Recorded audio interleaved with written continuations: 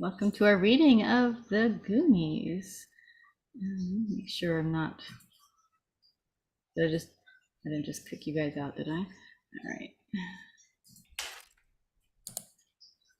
All right. And we are going to start with introductions. And just like always, if you could let us know your names, your pronouns, and where you are at, what characters you're reading, and also if people want to find you on social media, where they can find you at. We'll start with Jacob. Hello, I'm Jacob Patrick. I enjoy creating, whether that be writing, directing, and so that's why I love reading these scripts. And you can find me on Instagram and everywhere, I think under Jacob Patrick or Jacob D. Patrick, but best is my website, jacobpatrick.com. Awesome. Then we'll go to player 2, which is Tamir. Hello, my name is Tamir. Him, he, his. I'm playing Brand Walsh, and I'm based in Montreal, Quebec, Canada. And that's it. Okay. And I'll be taking over for your brand whenever you decide you need to leave. And then go down to Vicky. Hello, I'm Vicky Dykes. I'm from Central Alberta. Today I will be reading for, is it Data or Data? Wang, Francis Fratelli, and I'm pleased to be Sloth. I'll be doing a little bit of actions and description and sharing that with Jackson. That should be fun. And you can find me on Instagram. I'm YogaGramma10, and I'm on Facebook under the name Vicky Dykes. Awesome. And speaking of Jackson, let's go to you next. Hello, I'm Jackson Gray. That's you can find all the socials off of that mostly. I use any pronouns. I'm today gonna be playing mouth and actions and descriptions and some other side roles. Yeah, and I'm excited to be here. Awesome. Courtney. Nope, you're muted, Courtney.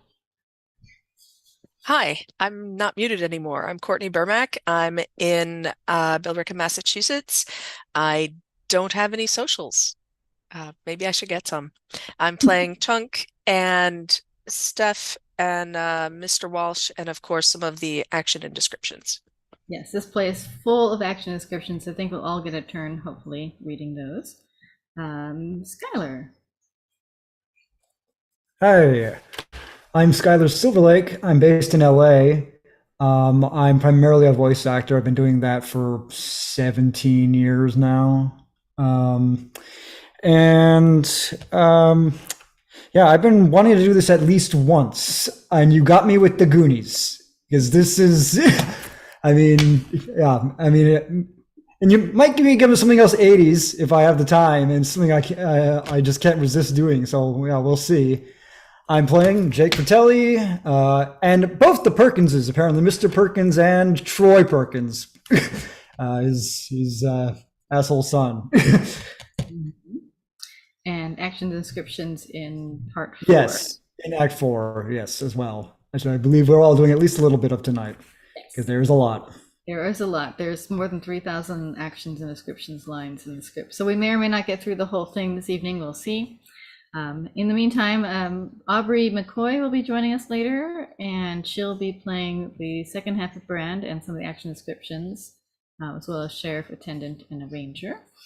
And Heather Lee Cameron may or may not be joining us, depending on how her schedule works out. If she does join us, she'll be playing Mama. And if not, I'll be playing Mama. I am Kat Wilson, your host this evening. I'm from Gig Harbor, Washington, she, her pronouns.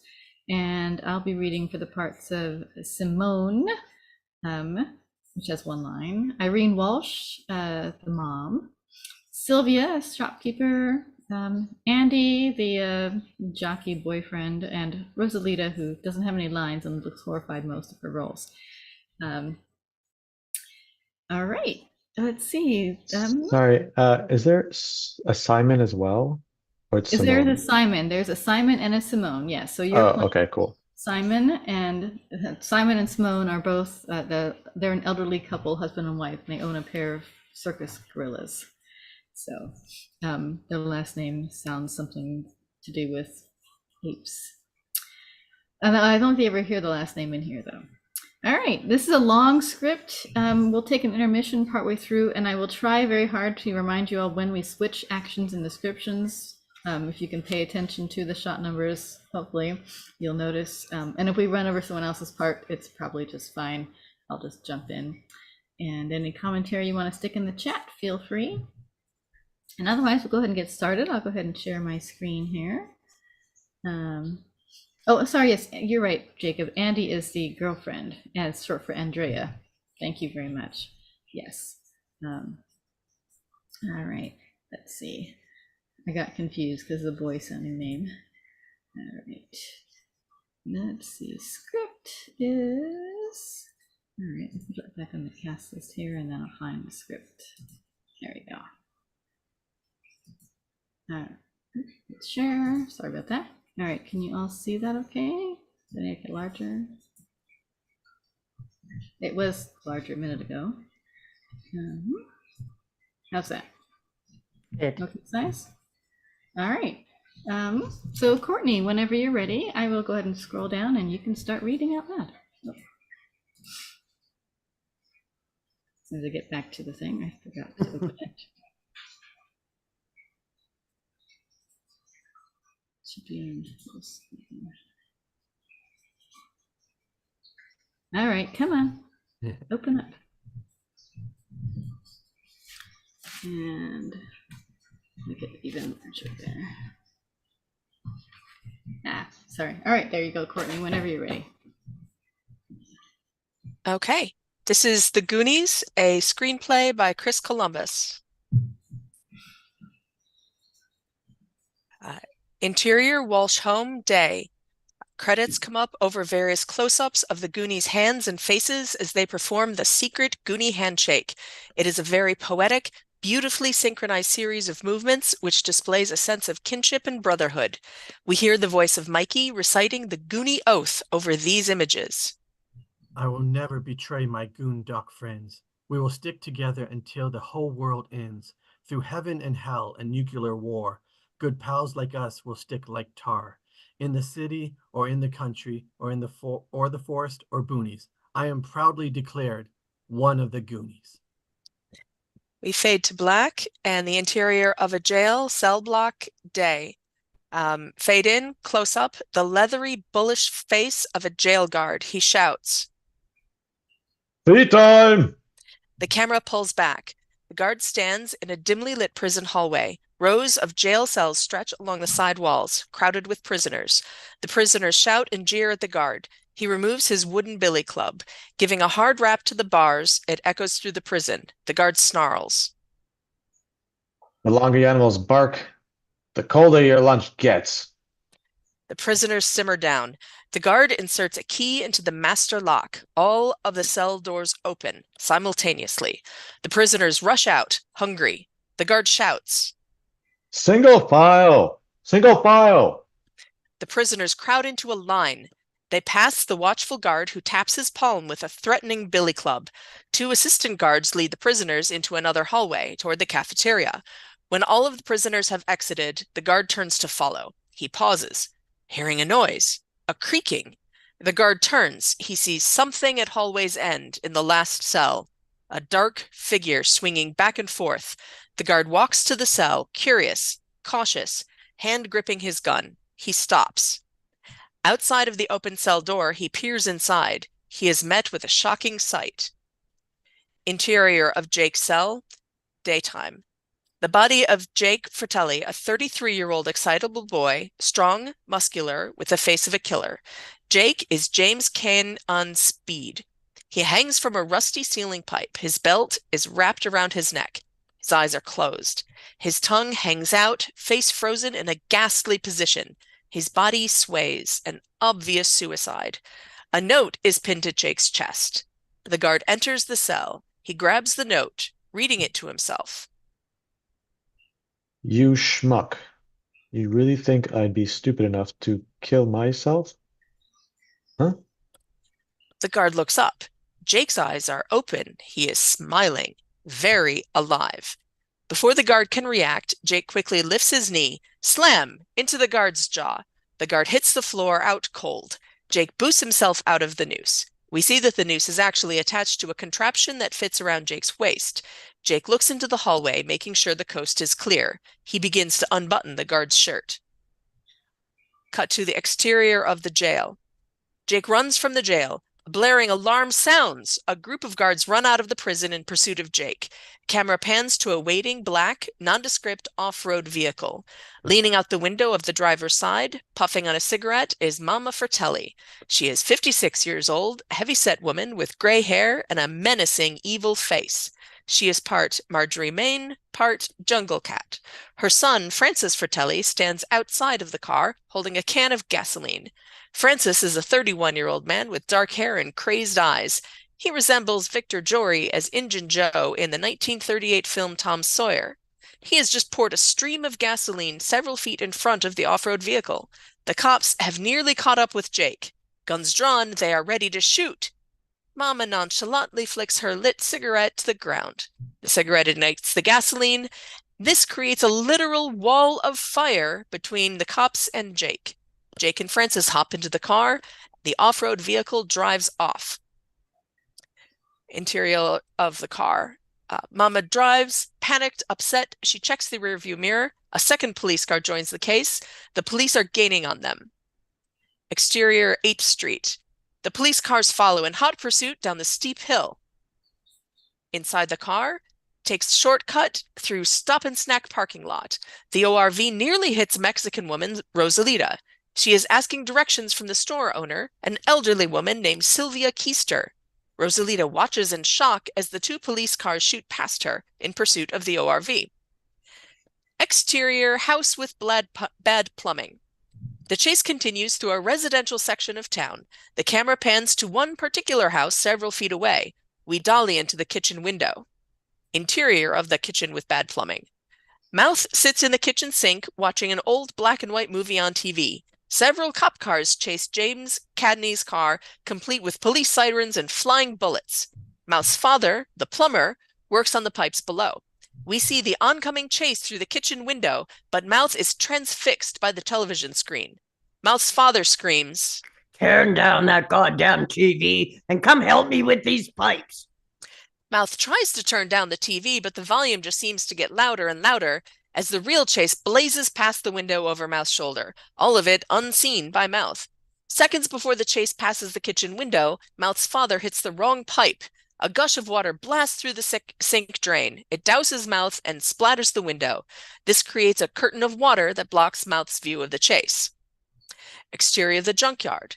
Data searches through an enormous trash bin, picking up discarded wires, cables, etc. Data is wearing a Walkman. It drowns out all sounds. He is tinkering with one of his crude inventions, a belt buckle suction gun. Data decides to test his invention. He steps away from the trash bin. He presses a button on his belt that reads, "Out!"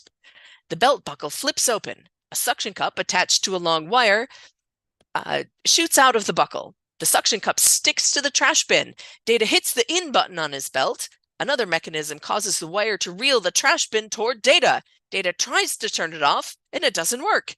Suddenly, the trash bin comes to a stop, wedged between two telephone poles. The strong force of the wire begins to pull Data into the bin. He can't stop it. Data is pulled inside the bin an instant before the chase passes by. Interior of the ORV. The speedometer wavers past 100 miles per hour. Mama glances to the rear view. The cops are still gaining. Mama takes a sharp turn out of the junkyard. The chase continues, moving along the main road. Interior of the car. Mama is frenzied, wanting to lose the cops. She makes a quick turn off the main road through the grassy field of a high school football field. Exterior of the high school football field. Tina Turner's "Better Be Good to Me" blasts from the stadium speakers. A group of high school cheerleaders practice along with the music. Andy, one of the prettiest girls in town, leads the cheerleaders. They are forming a pyramid. The chase passes by in the background, unbeknownst to the cheerleaders. The music is too loud for them to hear. The ORV leaps a small ditch out of the parking lot through a wire fence. Exterior of the street. The Vertelli ORV squeals down the street, rapidly overtaking a large van. The elderly cab occupants exchange a contented glance. Simon now looks at his side view mirror, his expression instantly changing to panic. Simon, look out! The van swerves hard right, allowing the Fratelli ORV to screech around it. Now suddenly looming up from behind his right side, a police patrol car. Simon swings the large van back hard left to accommodate the patrol car as a second patrol car starts to overtake the van from the left side. The van spins in confusion, blocking the road sideways as a third patrol car skids to a stop in front of it, barely avoiding a crash. The officer inside jumps out, heads quickly for the van cab.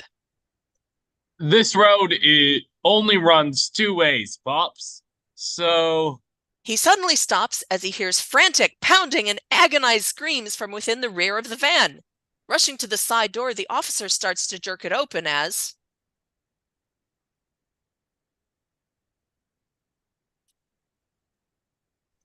No! Don't wait! Too late!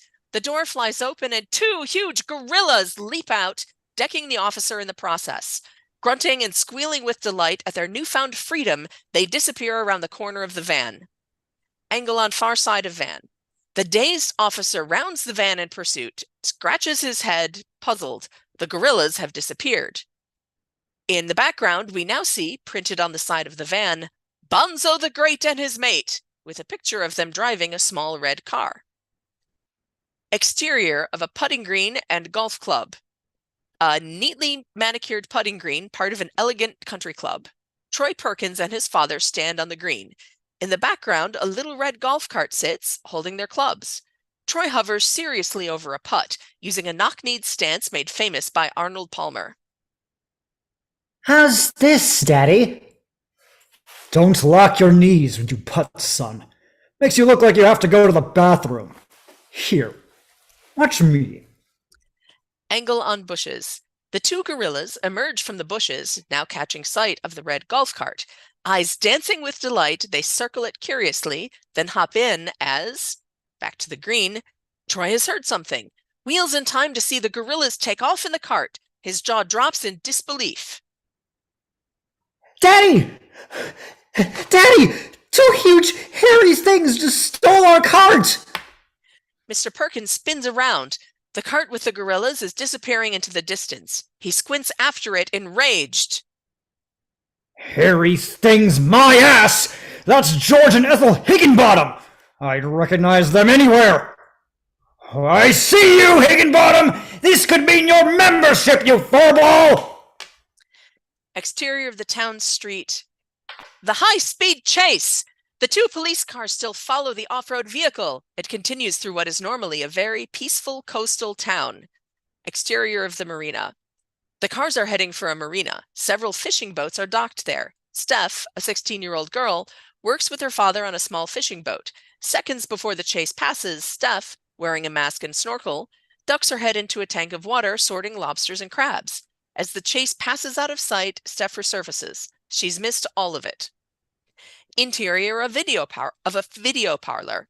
Chunk stands in the window. He is playing a video game, alternating between bits of a giant pizza slice and a chocolate milkshake.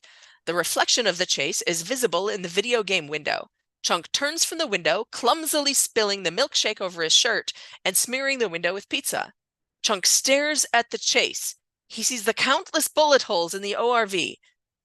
The police cars follow. Chunk's eyes are wide, startled by the exciting chase. He's the only Goonie who's seen it. Exterior street, near the ORV race start. Mama checks the rearview mirror, seeing the police closing in. The boys look at her in horror.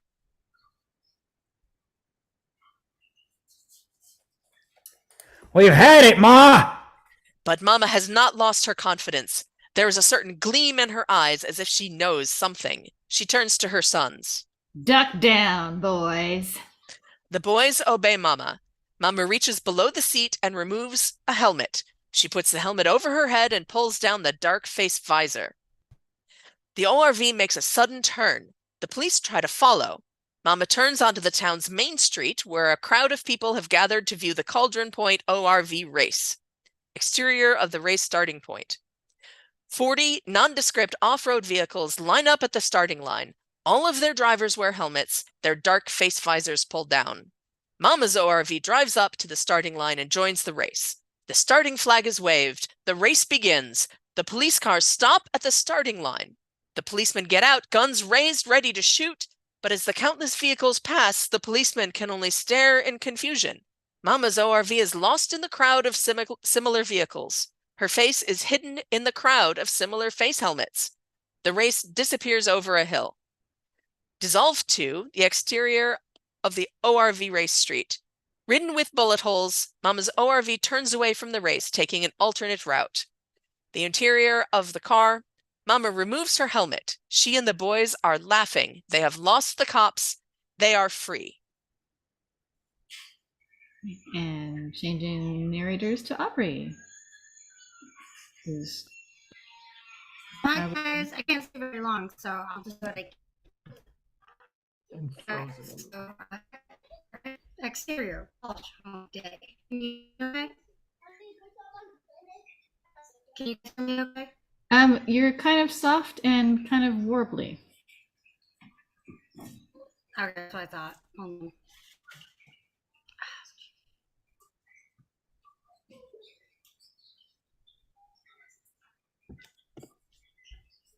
Give me 1 second.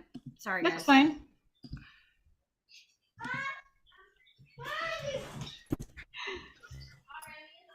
I hear Okay. some Goonies.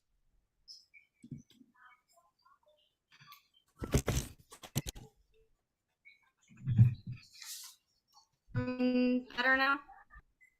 Maybe you want to start reading. We'll see. What is going on? I'm trying to get my headphones not connecting. Do you want me to take your lines for you today? That's pretty modern. Exterior wall shown.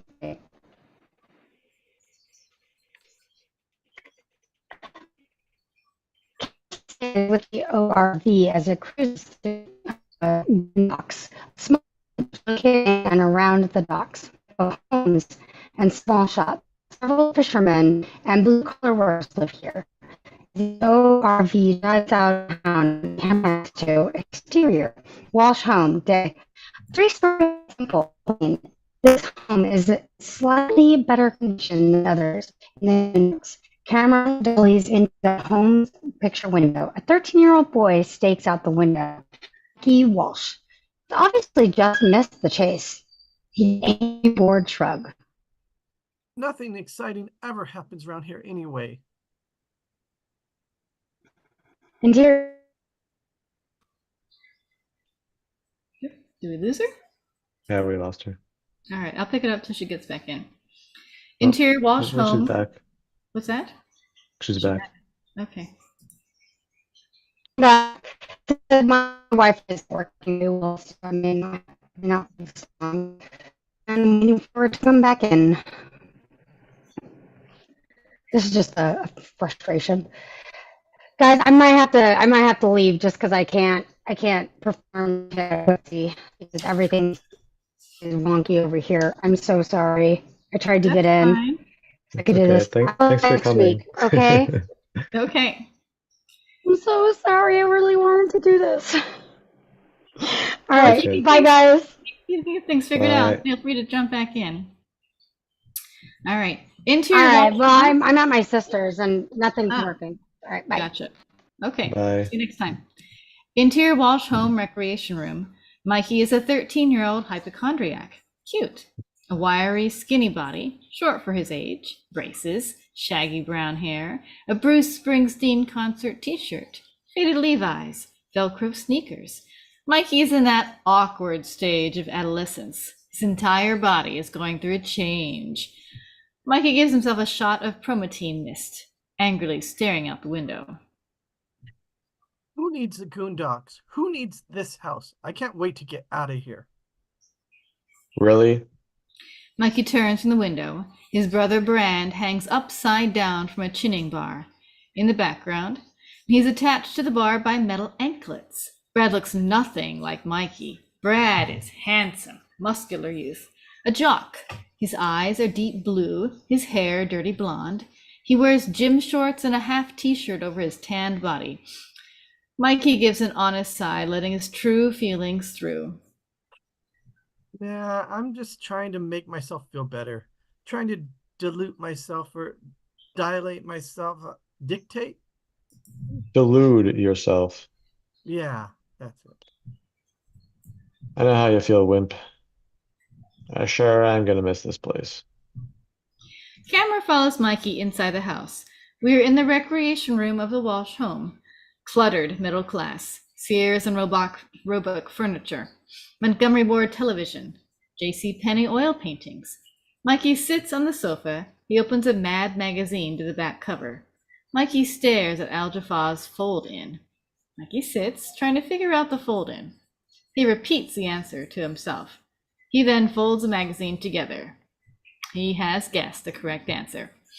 He tosses the magazine onto the floor. Mikey stares, depressed. Clark Mouth Devereaux enters. Mouth is the group prankster, a clown, a 15-year-old rich little, tall, gawky, curly, unkempt hair, a homely kid. He wears a blue plumber shirt, jeans, and sneakers. Across his shirt's back, bright yellow letters spell out Devereaux's Plumbing. His shirt is still soaking wet from the earlier plumbing fiasco. A wrench, screwdriver, and other plumbing tools poke out of his back pocket. Mouth has a perpetual smirk on his face, a devilish gleam in his eye. He looks around the room, noticing the feeling of depression in the air. Mouth tries to liven things up. Hey, what is this? Frankenstein's funeral parlor? Look at you guys living around like it was a nuclear Sunday. Come on, dude. This is our last weekend together. The last Goonie weekend. We should be going out in style. Cruising the coast. Coast surfing. Some lace down the bruise. But no, you had to screw it up. You had to go flunk your driver's test. Brand reaches out to hit Mouth. Mouth jumps back, out of Brand's reach. They are interrupted by the sound of a ringing gate bell. Mouth turns. Jerk alert! Mouth points to the sliding glass doors. Lawrence Chunk Cohen is outside of the gate. He is ringing the bell. Chunk is 14 years old, pudgy, clumsy. Chunk is a chronic liar, the king of fibs. He wears a light summer jacket, a bright-colored Hawaiian shirt, large plaid Bermuda shorts, black knee socks, brand new sneakers, and Chunk shouts to the guys, Hey guys, you gotta let me in. I just saw the most amazing thing. First, you gotta do the truffle shuffle. It's obvious that Mouth won't let Chunk inside. Chunk sighs. He lifts up his shirt. Chunk exposes his soft, pudgy midsection. And Chunk begins to twist and shake. His belly jiggles.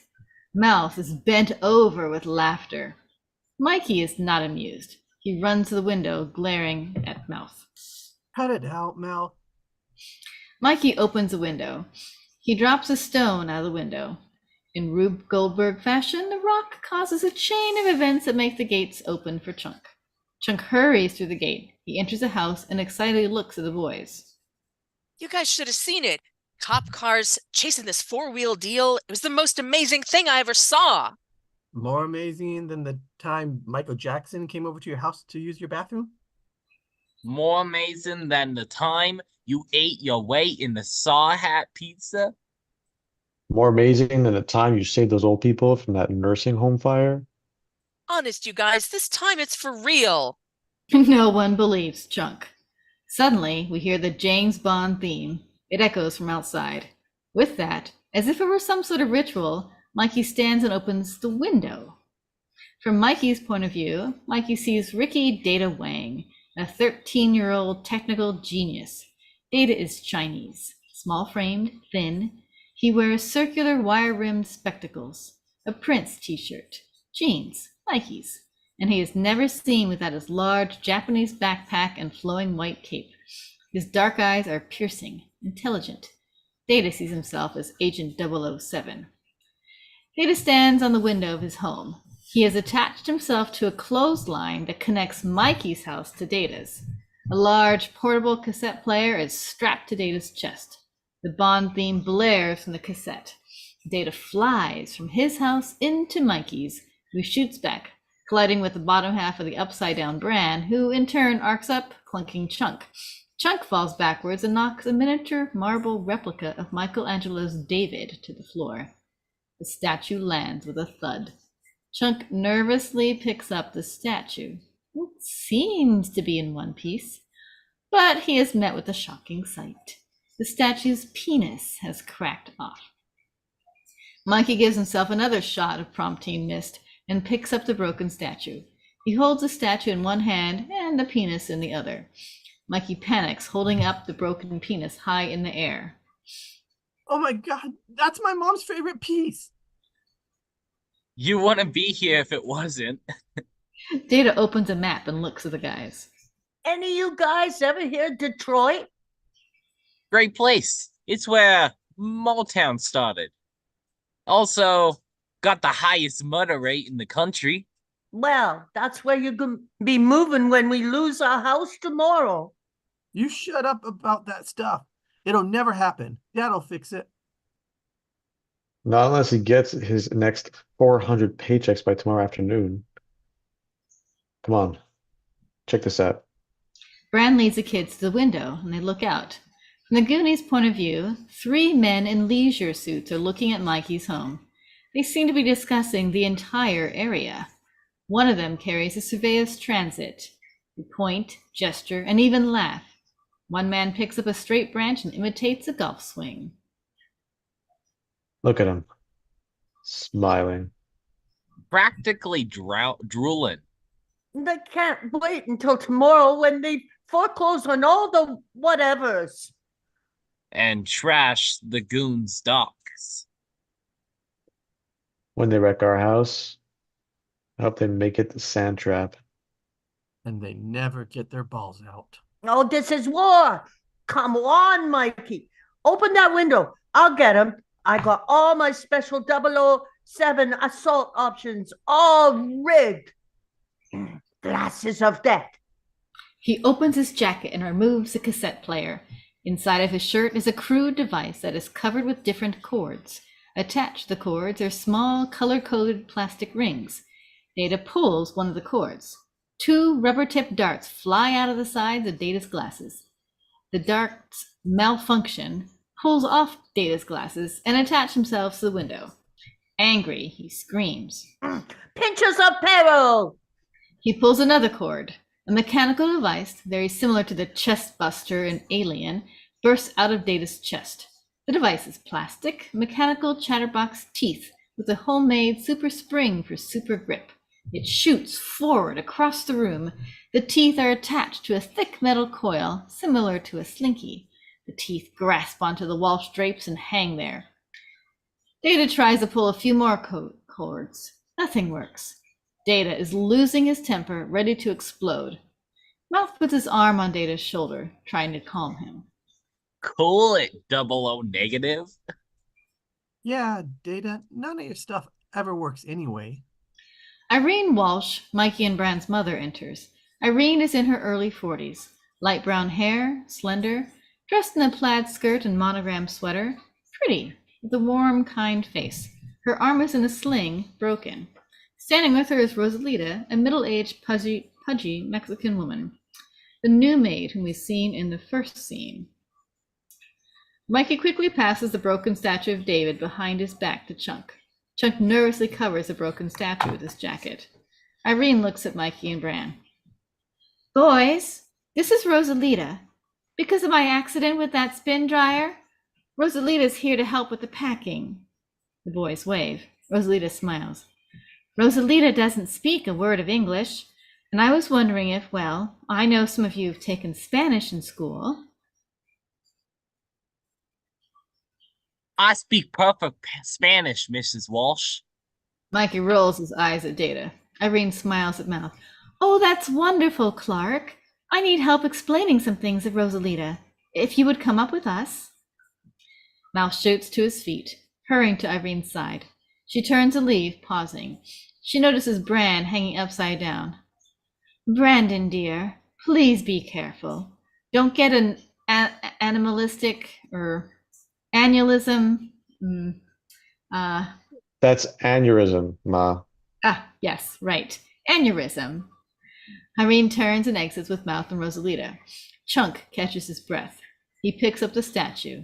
A large hole surrounds the statue's groin. Chunk gives a hopeful look to Mikey. Think your mom's gonna notice? Cut to the interior of the master bedroom, Walsh home. Irene enters with Rosalita and Mouth.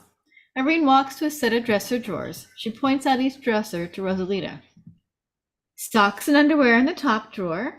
Shirts and blouses in the second, pants in the bottom. Always separate the clothes. Rosalita stares blankly. Irene turns to Mouth. Can you translate that? Mouth nods. With an evil grin, he points out the dresser drawers to Rosalita. Marijuana goes in the top drawer. The cocaine and speed is the second. Heroin is the bottom. Always separate the drugs. Rosalita gives a shocked look. Irene smiles, thinking Mouth has translated her directions perfectly. Interior living room. Camera stays behind the statue. The boys try to put the statue's penis back in place. Chuck performs the delicate task, using Elmer's glue. Finished, Chunk gives a hopeful look to the others. How's that? The boys break up with laughter. Bran slaps Chunk in the head. The camera circles to the front of the statue. Chunk has glued the penis on upside down. God didn't mean it to go that way. If he did, you'd all be pissing in your faces. Interior upstairs hallway. Irene exits the master bedroom with Rosalita and Mouth. Irene points to a trap door in the ceiling, and she looks at Rosalita.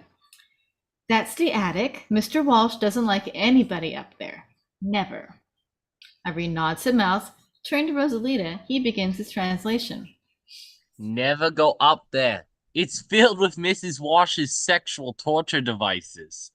Rosalita's face goes white with fear. Interior of the bathroom, Irene and Mouth enter with the horrified Rosalita. Irene opens a supply closet. She points inside. This is the supply closet. You'll find everything you need. Brooms, mops, insect spray, Lysol. Irene nods to Mouth. He looks at Rosalita. If you do a bad job, you'll be looking in here with the cockroaches for 2 weeks without food and water. Interior recreation room. Irene, Mouth, and a nauseous Rosalita enter. The boys are gathered around the television, playing marbles, feigning innocence. Oh, thank you, Clark. That was so nice of you. Nice is my middle name, Mrs. Walsh. Irene spots the statue, back in its original place, a leaf over its genitals. She sighs, knowing that Chunk is responsible. She turns to Chunk. Lawrence? Chunk picks up the statue and gives it to her. Irene holds the statue. She removes the leaf. The penis begins to fall off the statue, slowly tilting, falling over, and the glue stretches. Mikey sees this and takes a hit from the promo team mist. Rosalita is, of course, shocked and makes a sign of the cross. Irene gives a flustered nod. She turns to Brand. I'm taking Rosalita to the grocery store. I'll be home in about an hour.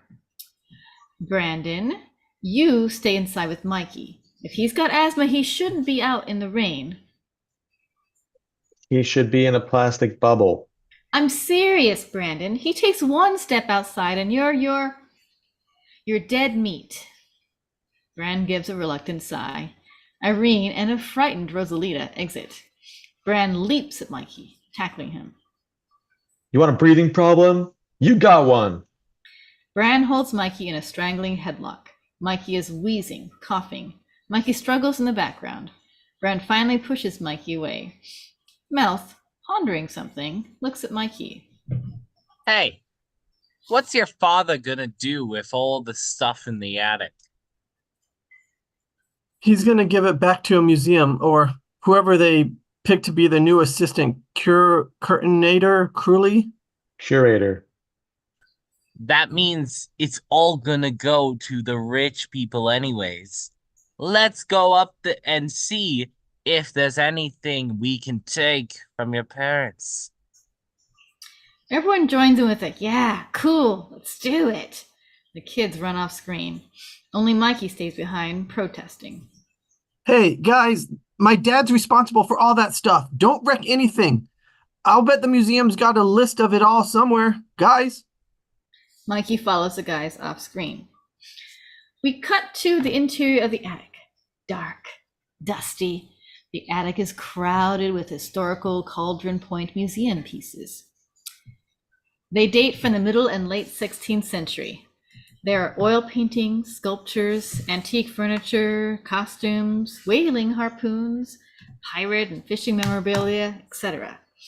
A large skylight looms over the priceless collection. Black, raging storm clouds are visible through the skylight windows. The oncoming rumbling of thunder can be heard. The boys enter through a trapdoor in the floor. Brand is first. He shines his flashlight through the attic. The others follow. Mikey is the last to climb inside. He sees the attic for the first time. Shocked, amazed, all of the boys stare wide-eyed at the room full of items. I can't believe something this cool is in your house. Yeah, we only keep old Christmas decorations in our attic. Thundercrack, a flash of lightning. When the skylight, a mosaic of rain patterns slowly dances across the Goonies. Okay, you guys saw it? Let's get out of here. What's the matter? Scared again? Yeah, just like you in the elevator. Bran's eyes burn. He grabs Mikey in another headlock. You should have bought the elevator. You understand? Huh? Mikey forces a nod, wheezing. Bran releases his grip. Mikey lies on the floor, catching his breath. Can we go now? It's dusty up here. My hay fever is acting up. Bran leads Mikey and the others on a trek through the attic. Mikey follows. Suddenly, a high-pitched voice interrupts. Mikey. Oh, Mikey. You're such a cute little boy. Kiss me. Kiss and come and kiss me. The boys turn to the direction of the voice. It echoes from behind the tattered oil painting of the naked woman and pirate captain. A tongue juts out of the tear in a woman's mouth, viciously licking its lips. Mikey stares, shocked. Brand and Data share a chuckle. Suddenly, a finger pops out of each of the woman's nipples. The fingers twist and turn, creating a bizarre image. Mouth calls out, again imitating a woman. I'm here, Mikey. Make me feel like a woman. Stop being so perverted, Mouth. You're wrecking the painting. Mouth's head pops up from behind the painting. Easy, dude. It was already trashed. The kids continue walking through the attic. They investigate the various items. What's all this stuff? The museum did some kind of show, like about the history of our town. It was called a retro pack. Retrospective. Yeah. Anyways, these are the rejects. Kind of like us. Mikey shrugs. The boys rummage through the items. Each of the boys grabs a particular piece of pirate clothing or equipment. Mikey puts on an eye patch. Mouse and Data find large pirate hats with feathers. Bran grabs a sword. Chunk puts on a pirate coat and a scarf. As the boys continue to investigate, Data stares in awe. Oh, just think of it. All this stuff belonged to guys who walked on the same ground that we do, went swimming in the same ocean, breathed the same air. Yeah, They had to breathe the herring factory air too? Nah, they didn't have herring then. This was right after Christopher Columbus, the 16th century. Oh, they only had ships, and they were adventure guys and explorers. They made maps and captured Indians and spent all their time killing each other with swords, you know, elfin stuff. Mikey flips through a collection of framed portraits and photographs. He spots something that catches his interest. A framed map. But the map is impossible to read. It is covered by a yellow, dusty piece of glass. Mikey tries to remove the frame. Won't budge. He turns over the map. The back is covered by a piece of wood. There is only one way to read the map. Break the glass. Mikey can't bring himself to do it. But he sees Chunk struggling to remove a paint can from his foot. Mikey smiles. An idea. Mikey holds out the map to Chunk. Hey, Chunk, hold this for me. Chunk gives a nod. He takes the map from Mikey. Mikey turns, pretending to examine another framed picture. Waiting. Within a matter of seconds, Chunk loses his balance. He drops the map. It hits the floor. Its glass covering shatters into 1,000,000 pieces. Mikey picks up the map and feigns an angry look at Chunk. Can't you do anything right? Chunk gives an embarrassed shrug. Mikey picks up the map.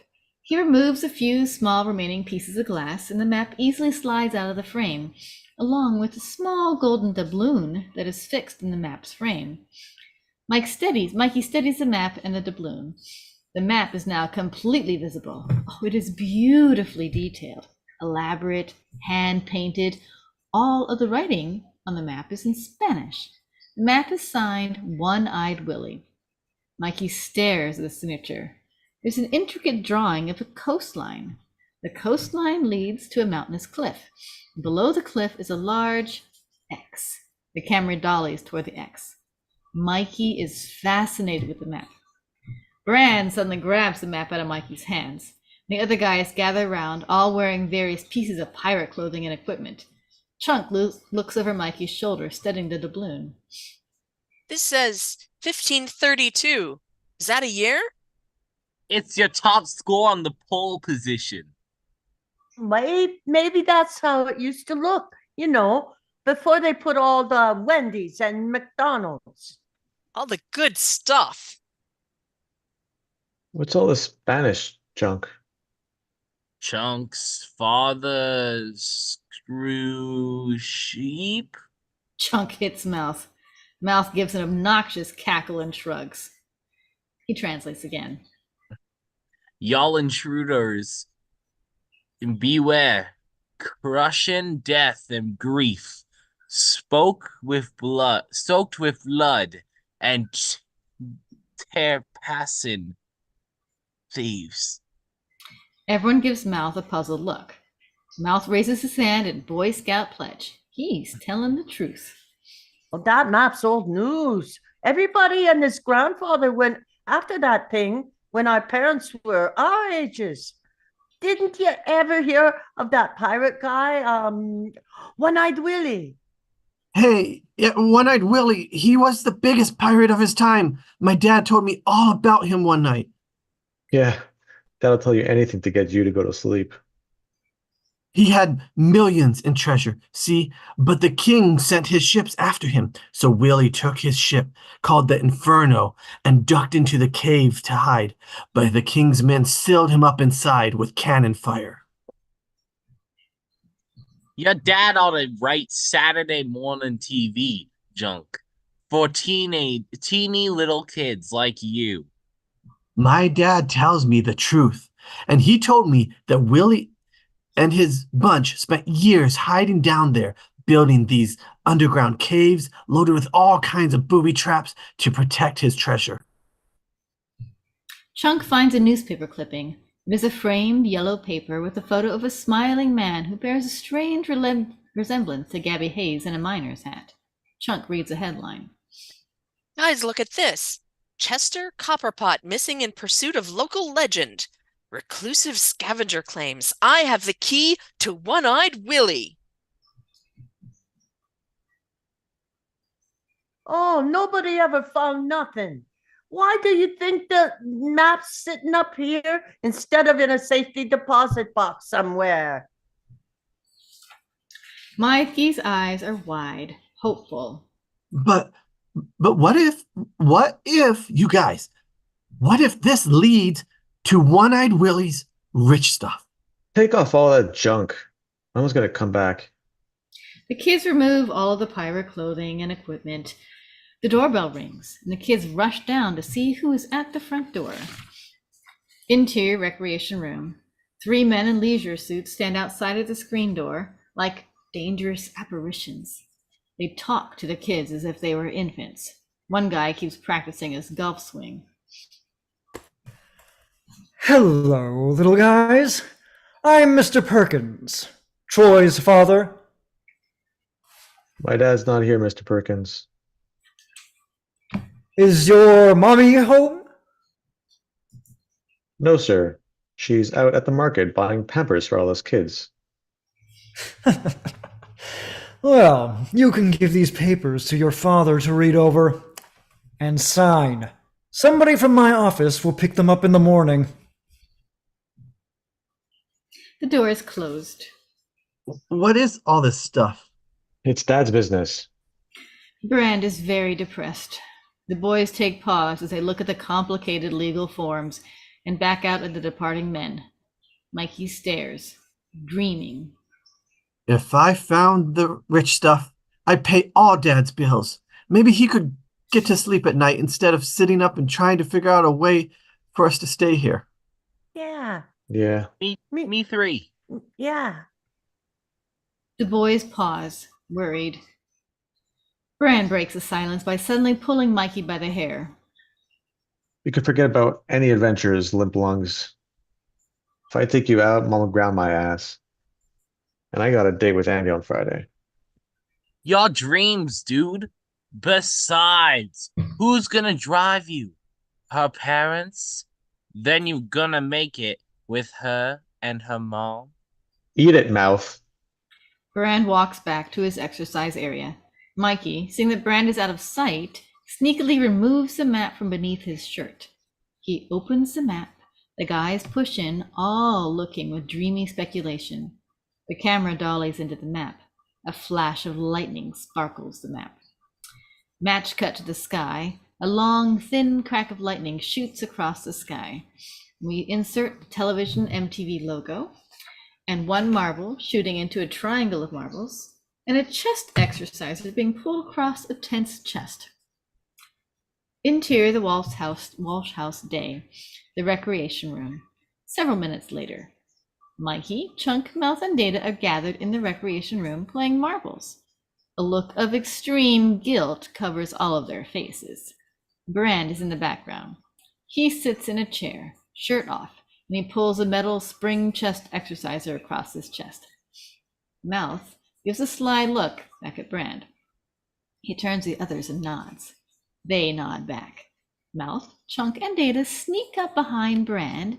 Meanwhile, Mikey gathers his marbles and puts them in a small leather pouch. He stuffs the pouch into his pocket. The kids sneak around the corner.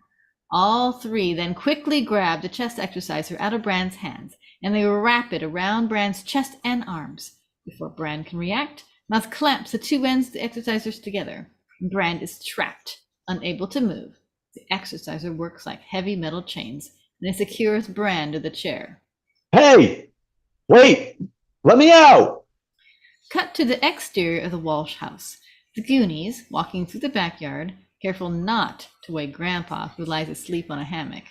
The kids whisper to each other. Careful, don't wake Grandpa. Shh. Just as the kids round the corner of the house, a devious mouth gives a light shove to the hammock, causing Grandpa to wake. Close up on a 10-speed bicycle. A hand is letting the air out of the tire, and the camera pulls back.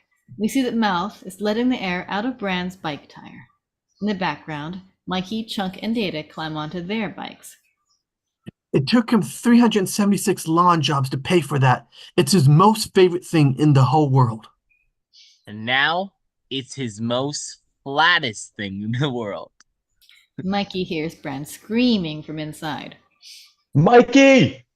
I'm gonna hit you so hard when you wake up, your clothes are gonna be out of style. Mikey pauses, then follows the others. As he shoots out of the driveway, Bruce Springsteen's Cover Me fills the soundtrack. Exterior street, past the museum, the boys on their bicycles. Each boy's bike fits their own individual personality. The boys pass the town museum. Mikey's father is working on the museum's rooftop, hammering a leaky shingle. Mikey shouts, "Hi, Dad," to his father. Hello. Interior the Walsh House recreation room. Brand is still trapped in a chair, grunting, groaning, struggling with the metal springs. Brand causes a chair to bounce and move backwards. When the kitchen door suddenly opens, Rosalita, the maid, stands in the doorway. Her arms are full of groceries, and she sees Brand bouncing toward her like an oncoming freight train. This bizarre image only confirms her worst fears about this house. Rosalita screams and drops her groceries. Irene walks up behind Rosalita. Irene sees the bonded Brand bouncing in the chair. She chuckles. "Brandon, why can't you do sit-ups or push-ups like normal kids?" Irene and a horrified Rosalita walk by. Brand gives a helpless look. We cut to the exterior stop and snack. Mouth, Chunk, Data, and Mikey speed on by on their bikes. Mikey holds the open map. His eyes constantly glance to it. He's obsessed with following the map. Up ahead is the stop and snack, teenage hangout. Mouth, Chunk, and Data turn their bikes toward the stop and snack. Mikey continues forward, and he suddenly stops, realizing the other kids have left him. Mikey turns and sees the others entering the stop and snack, and he shouts and holds up the map. Hey, guys, what about this, huh? Exterior the Walsh house, Brand runs out the front door, chest exerciser in hand. We hear Irene shout from inside, "Don't come home without your brother, or I'll commit Hare Krishna." That's Harry Carey, Ma. Brand sees the air out of his bike tires. His eyes fill with rage. He kicks the bicycle over. He looks around. Riding in the driveway is Data's sister. She's riding a tiny girl's bike, painted bright purple with pink flowers. Training wheels are attached to the rear wheels. Brand has no other choice. It's the only means of transportation in sight. He runs to the driveway, picks up the girl, removing her from the bike. Brand hops on the bike. He pauses, looks back at the girl, and gives her the chest exerciser. Here, treat you. The girl stares at the exerciser. Brand awkwardly pedals out of the driveway, and the girl bursts into tears. Interior stop and snack. Sylvia Keister, an obese elderly woman, works the checkout counter. Data is purchasing a pack of baseball cards. Sylvia rings up the order on the computer cash register. The computer jams. Sylvia pounds the cash register, frustrated. Data opens a tiny door in the register, begins to fiddle with two small wires. Mouth stands by the magazine rack. A sly look in his eyes, Mouth slips a copy of the Playboy magazine behind a copy of Omni, and he begins to read. Chunk stands beside the junk food. He looks around. Coast is clear. Chunk hurriedly opens a Twinkie. He quickly slurps out the Twinkie's cream filling, and he rewraps the hollow Twinkie and puts it back on the shelf. Mikey enters the store. He rushes over to Chunk, and Mikey waves a map in Chunk's face. Hey, Chunk, come on. We're gonna look for the rich stuff. We gotta do something now. Chunk is too busy eating Hostess fillings to speak with Mikey. The frustrated Mikey runs over to Data, who is still fiddling with the cash register. Data, what if they make us move? Where are we gonna go? Don't bother him while he's working. Mikey sighs. He runs to Mouth. What if they start tearing down our houses? Easy, dude. Let your folks handle this. That's their job. Our job is to get through the weekend without destroying too many brain cells. Oh, Mikey gives himself a shot of Protein Mist. He opens a Mad magazine and, as always, guesses the fold-in. He suddenly notices something. On the lower magazine rack, it's a section of dusty Cauldron Point tourist maps. Mikey grabs one of the maps and opens it. Meanwhile, Chunk has made his way to the frozen treat freezer. He opens the freezer door. He pokes his head deeply inside. Out of sight, he opens a container of Haagen-Dazs, takes a few licks from the top, then quickly closes the lid. He grabs another container. He's gonna sample everything. Data still fiddles with the cash register. It suddenly beeps and lights. It's working again. Good as new. Sylvia gives a satisfied ruffle to Data's hair. Sitting on the floor, Mikey has opened the tourist map and the museum map, and he's laid them side by side. Mikey is comparing the two. The camera dollies into the two maps. The coastlines of both maps are identical. Several key rocks and cliffs also match. Mikey's eyes are bright, hopeful. He nods to himself, mumbling. I know where this is. Suddenly, Mouth's voice echoes through the store. Jerk alert! Mouth points to the entrance door. Troy Perkins struts in like he owns the place. Troy is 17 years old, tan, cocky. He's dressed in a white polo tennis outfit, expensive tennis shoes. His hair is neatly styled, a spoiled rich brat. He lives in an expensive home on a hillside. Walking beside Troy is Andy Carmichael. She's 16 years old, the face of an angel, smooth, creamy complexion. Her thick, bright red hair falls to her shoulders. Her bright green eyes are dazzling. She's slender, filled with energy, a beauty. Still in her cheerleader's outfit. She is wearing Troy's white leather sweater. Troy's name is written in script on the bottom of the sweater. Andy also lives on the hillside. Walking beside Andy is Steph Steinbrenner, also age 16, Andy's best friend. Steph is short, pudgy, dark brown hair, glasses. She's wearing a denim fisherman coveralls. Steph is tough, quick-witted, bright, and she lives in the Goondocks. Troy walks straight to the magazine rack. He grabs the Playboy magazine from Mouth and begins to page through it. Mouth, so angry he's been rendered speechless, and glares at Troy. Then Mouth backs off and picks up another magazine. Mikey sees Andy, a vision. He stares at her with adoring eyes. Steph and Mouth exchange a glance. Steph crinkles her nose. You still smell like a plumber's son. You still smell like a fisherman's daughter. Troy nudges Andy. Hey, Andy. She turns. Troy holds up the Playboy's centerfold.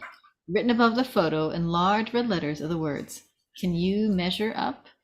Troy gives a lecherous grin to Andy.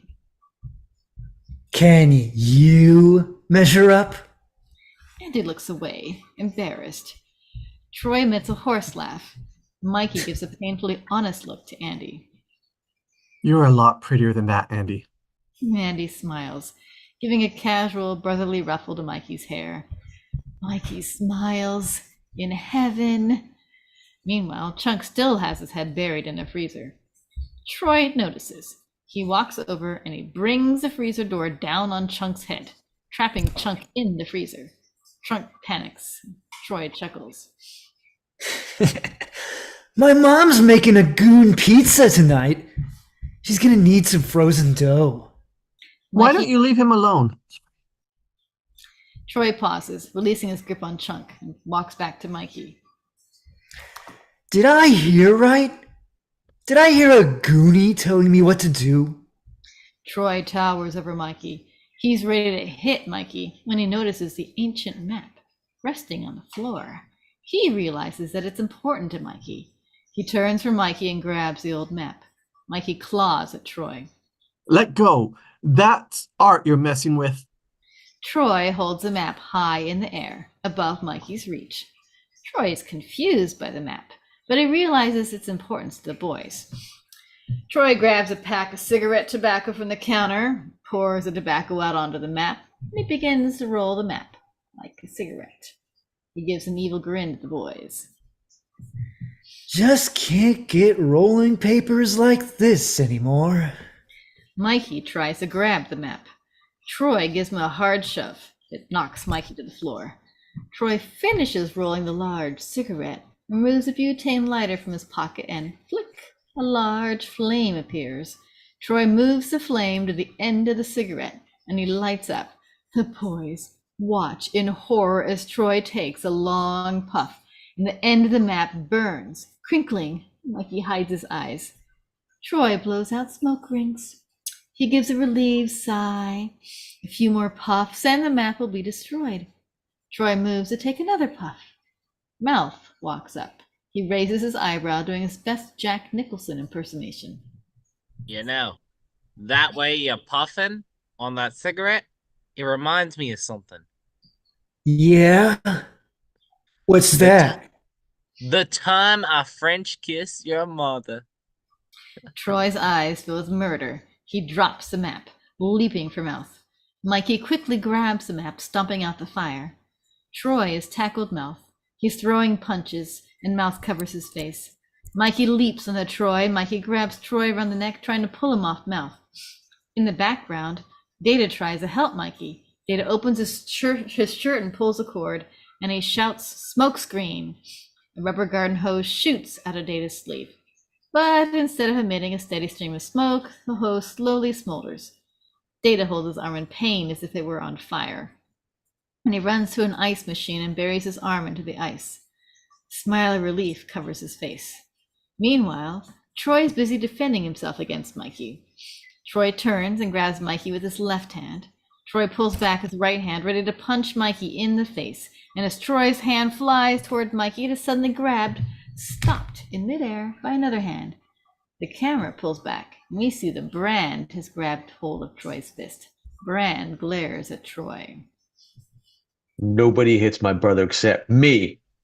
Afraid of Brand, Troy gets off of Mikey. The boys are relieved. Brand grabs Troy by the shirt, ready to fight. Troy looks away, scared. Mikey watches, his eyes beaming with pride. Brand releases his grip on Troy. Troy stands, forcing a cocky grin, and looks at all the Goonies. Can't wait till Monday when my dad kicks you all out on the street. While you Goonies are piling all your stuff into moving vans, I'll be teeing off on what used to be your front lawns. Troy chuckles and turns to Andy. Our court time starts in 5 minutes. I'll be waiting outside. Andy gives a nonchalant shrug. Brand turns to Andy, and he shoots her a jealous look.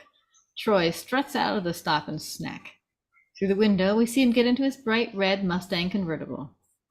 Mikey has unrolled the map, and it has survived the burning with only a tiny singed edge. Brand turns to Andy. Their eyes meet, a look of tragic desire. They want to be together, but this isn't the time. She flashes her pretty eyes, and Brand sort of melts down. Brand turns to Mikey. He grabs a map from Mikey, slapping Mikey's head. Mom's waiting for you. Just blew your whole life, pal. The rest of you guys, too. You're all history. We don't need friends like you in our lives. With that, Brand tucks the map into his back pocket. Mouth walks up to Brand. Mouth turns on the phony charm, putting his arm around Brand. Mouth starts to sing. Here's to good friends. Tonight is kinda special. The beers we pour must be something more somehow. As he continues to sing, Mouth uses his free hand to remove the map from Brand's pocket. Brand shoves Mouth away. You don't have to drink to make friends, wimp. Mouth turns to the other Goonies and shows them a map. They make a run for it. The befuddled Brand reaches into his back pocket, realizing the map is gone. He runs after the kids. Exterior stop and snack day. Mikey, Data, and Chunk hurriedly ride off on their bicycles. Mouth holds a rolled map under his arm. Brand dashes outside, and he sees the boys ride off into the distance.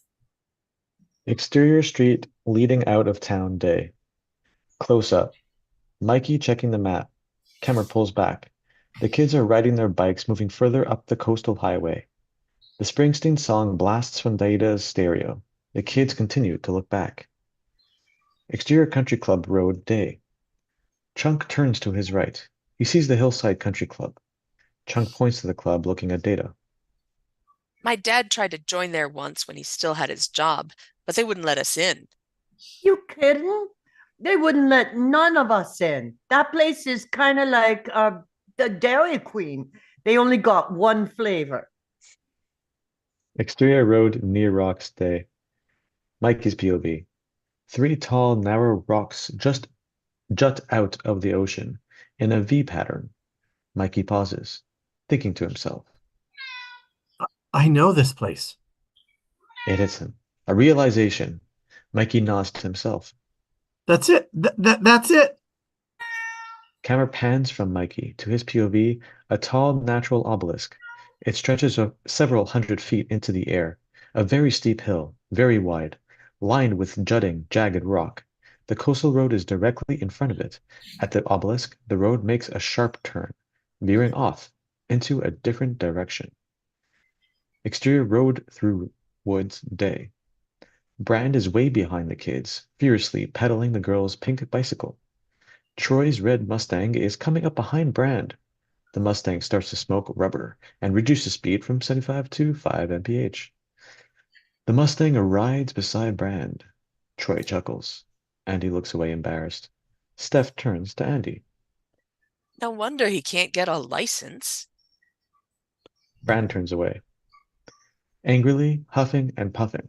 As Andy and Steph look at Brand, Troy is slyly adjusting the rearview mirror, tilting it downward in order to see down into Andy's shirt. Andy notices, she glares at Troy. Oh, it's me, sorry. Muted. Troy, you touch that mirror again, and I swear to God, I'll sock you in the mouth. Troy quickly moves his hand from the mirror. Andy looks back to Brand, trying to be nice. Brand, can we give you a lift somewhere?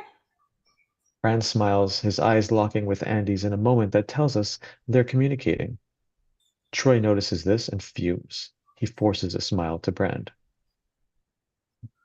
Yeah, Walsh. Grab hold of something you can handle. Brand grabs hold of the door handle. Troy tightly grasps Brand's wrist. Troy turns up the radio and floors the gas. Brand is trapped. The Mustang is true to its stats. It gets from 0 to 60 in 8.0 seconds, and so does Brand. The bike pedals are churning so quickly, Brand has to lift his feet from the bike. Andy screams. Troy, let him go. You're going too fast. You're going to kill him. Let him go. Troy nods and releases his grip on Brand. Troy smiles at Brand. So long, sucker. The Mustang makes a sharp turn off the main road, but Brand keeps going. His training wheels fall off, all the rubber on the tires peel off, smoke, and the bike moves only on the rims, sparking like mad. The little bike is last seen disappearing off the shoulder and into a field of tall grass. My God, this font is hard to read. Insert exterior road with mossy trees. The boys follow the map. Insert exterior bridge of beach. They walk their bikes across the bridge. Rocky Beach. Mikey knows where they're headed. Hollow with mossy trees. They continue to follow the map. Spot to triangulate rocks. Mikey is able to line up the 3 rocks and the lighthouse through the notches in the coin. Hill above lighthouse. Mikey arrives at the top. Data and Chunk are behind him, followed by Mouth. They stand on the edge of the hill. They are met with a surprising sight. Below the boys, on the opposite side of the hill, is a tiny area of land, a mini peninsula. Thrashing oceans, waves and jutting rocks surround the grassy peninsula. A small cemetery is built on a small section of land. Potter's Field. Crowded with old, crooked gravestones.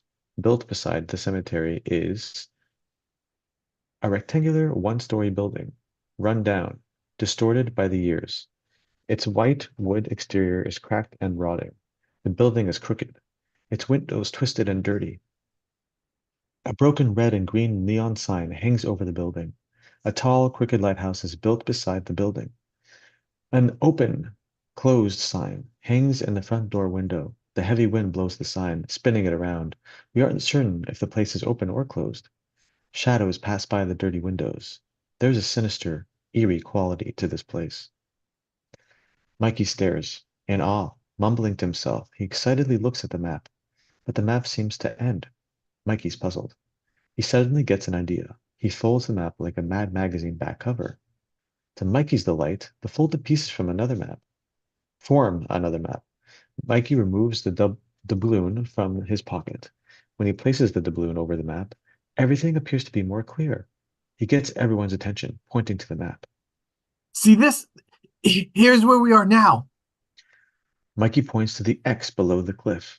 Small footprints have been sketched on the map. They form a line from the bottom of the hill to the X. This is where the rich stuff's buried. Down there, someplace. Mouth reads the Spanish phrase written beside the footprints. 6 times 5. Stretching feet. 2 lowest point gets the treat. The boys pause, figuring out the riddle. 6 times 5, that's 30. Stretching feet. Your feet stretch when you walk. I got it. If we walk 30 paces to this lowest point, we'll get the treat, the rich stuff. I don't know. It's getting late. My mom's gonna be worried. Besides, what's that place doing open in the fall? It's only a summer place. Seems pretty creepy to me. The kids suddenly notice something. They turn to the lounge. A dark car pulls into the driveway. 2 tall men wearing dark business suits get out.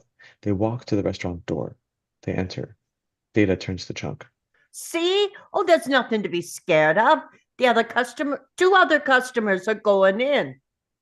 Maybe they ain't customers. Maybe they're drug dealers or something. Drug dealers? Did you see their clothes? J.C. Penney polyester. Drug dealers wouldn't be caught dead in those rags. Data, did you bring your binoculars? Data is frantically searching for the right chord, wanting to answer the call of duty. He mumbles to himself. Yeah, binoculars. Oh, spy eyes.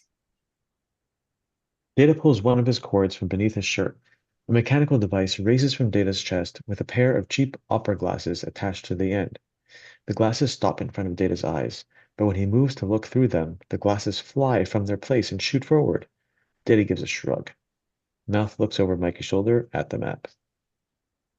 So, what made you think nobody ever followed this map before and made off with whatever buried there? They could have, but I never heard of anybody finding more stuff than what's already in museum. And anyway, to grown-ups, this is already worth enough. Some archaeologists dig up a map and that's a bunch of years old. They throw a wooden frame around it and hang it in a museum and call it art. Okay, but how are we supposed to dig for anything? Knock on the door, ask whoever's there, excuse me, made it, mind if we wreck your floor? Look, this place is obviously open for business. We can pretend like we're coming in for something to eat, then joint the case. What? He means case the joint. Mikey nods. The others pause, thinking. The Goonies walking through the graveyard. Mikey leads them toward the lighthouse lounge. Suddenly, a loud cracking sound is heard, like a firecracker, followed by another, and another. The boys freeze, scared, looking around. That sounded like gunshots. Not the big ones you hear in war movies, but real ones. Gunshots? Geez, Chunk, turn off your brain. Somebody probably dropped a pot in their kitchen. Mikey continues to move forward. The boys follow. They are now a little shaken, eyes darting back and forth, a bit more cautious. They arrive at the front of the building. Mouth peers through the filthy front door windows. Mikey and Data walk to the side of the building. They try to look into the windows. Too high. The boys spot a pile of discarded orange crates. They stand the orange crates on end, climbing up onto them. They peer through the windows. Chunk walks to an outdoor soda machine that sits next to a closed garage. Chunk tries to peer into the garage, starts to open the door, investigating it. Goon Kid's POV, a shut-down seafood restaurant. Dark, dusty, seemingly deserted. Tattered fish nets, wooden oars, stuffed fish hang on the walls. Red vinyl booths line the walls. Wooden tables fill the floor. A jukebox sits in one corner. The Goonies see two people standing in the rear of the restaurant. In darkness, we can see only their shadows. They drag two long, limp, heavy objects into a back room. It is too dark for us to see what the objects are. Once the two figures disappear, the Goonies walk to the restaurant's front door. Lighthouse Garage. Chunk pushes the garage door. The door flies open. The orange slanted rays of a late day sun hit the black off-road vehicle, igniting it over 40 bullet holes and a shattered rear window. Chunk almost drops dead. He runs to tell the guys, but they are already entering the restaurant. Interior Lighthouse Lounge Day. The Goonies enter. Looking around, everything is silent, deserted. Chunk races inside and starts pulling at everybody's clothing, trying to signal them with bizarre hand signs and wild descriptive gestures that make him look totally not of this earth. He finally gets out a few words. Guys, we gotta get out of here. I just saw the. Chunk is interrupted by the sound of a slamming door. The kids nearly jump out of their skin. They turn to the direction of the sound. The shadow of a person stands by the restaurant door. The person has just closed the door. They step forward into the light. It is Mama Fratelli. We immediately recognize her from the earlier jailbreak. She glares at the boys. How long you boys been at that window? Long enough to see that this place needs 40 ranch motel. Immediately, Mama takes a strong dislike to Mouth. Chunk is in the background, frantically signaling at mouthing. And mouthing. Don't piss her off. She leads the boys to a table. She calls to the back room. Jake, we got customers. We hear a loud thump from the back room, followed by Jake's voice. What do you mean, customers? This ain't no rest. Jake pokes his head out. He sees the kids.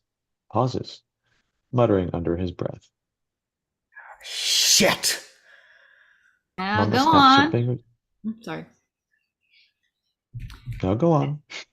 Now go on. Get in the kitchen. Warm up the stove. Jake reluctantly walks to the kitchen. He walks past the Goon kids. Jake glares down at the kids, eyes filled with anger. He enters the kitchen. The kids take their seats at a crooked table. It is impossible to eat a meal at this place. It is wobbly, dirty, sticky, set with filthy, yellowed dishes and rusty silverware. Mikey lifts his fork. It is attached to the table by a long, gooey wad of chewed gum. Throughout this, Chunk is trying to gesture and explain to the boys, but he is so excited, only air comes out.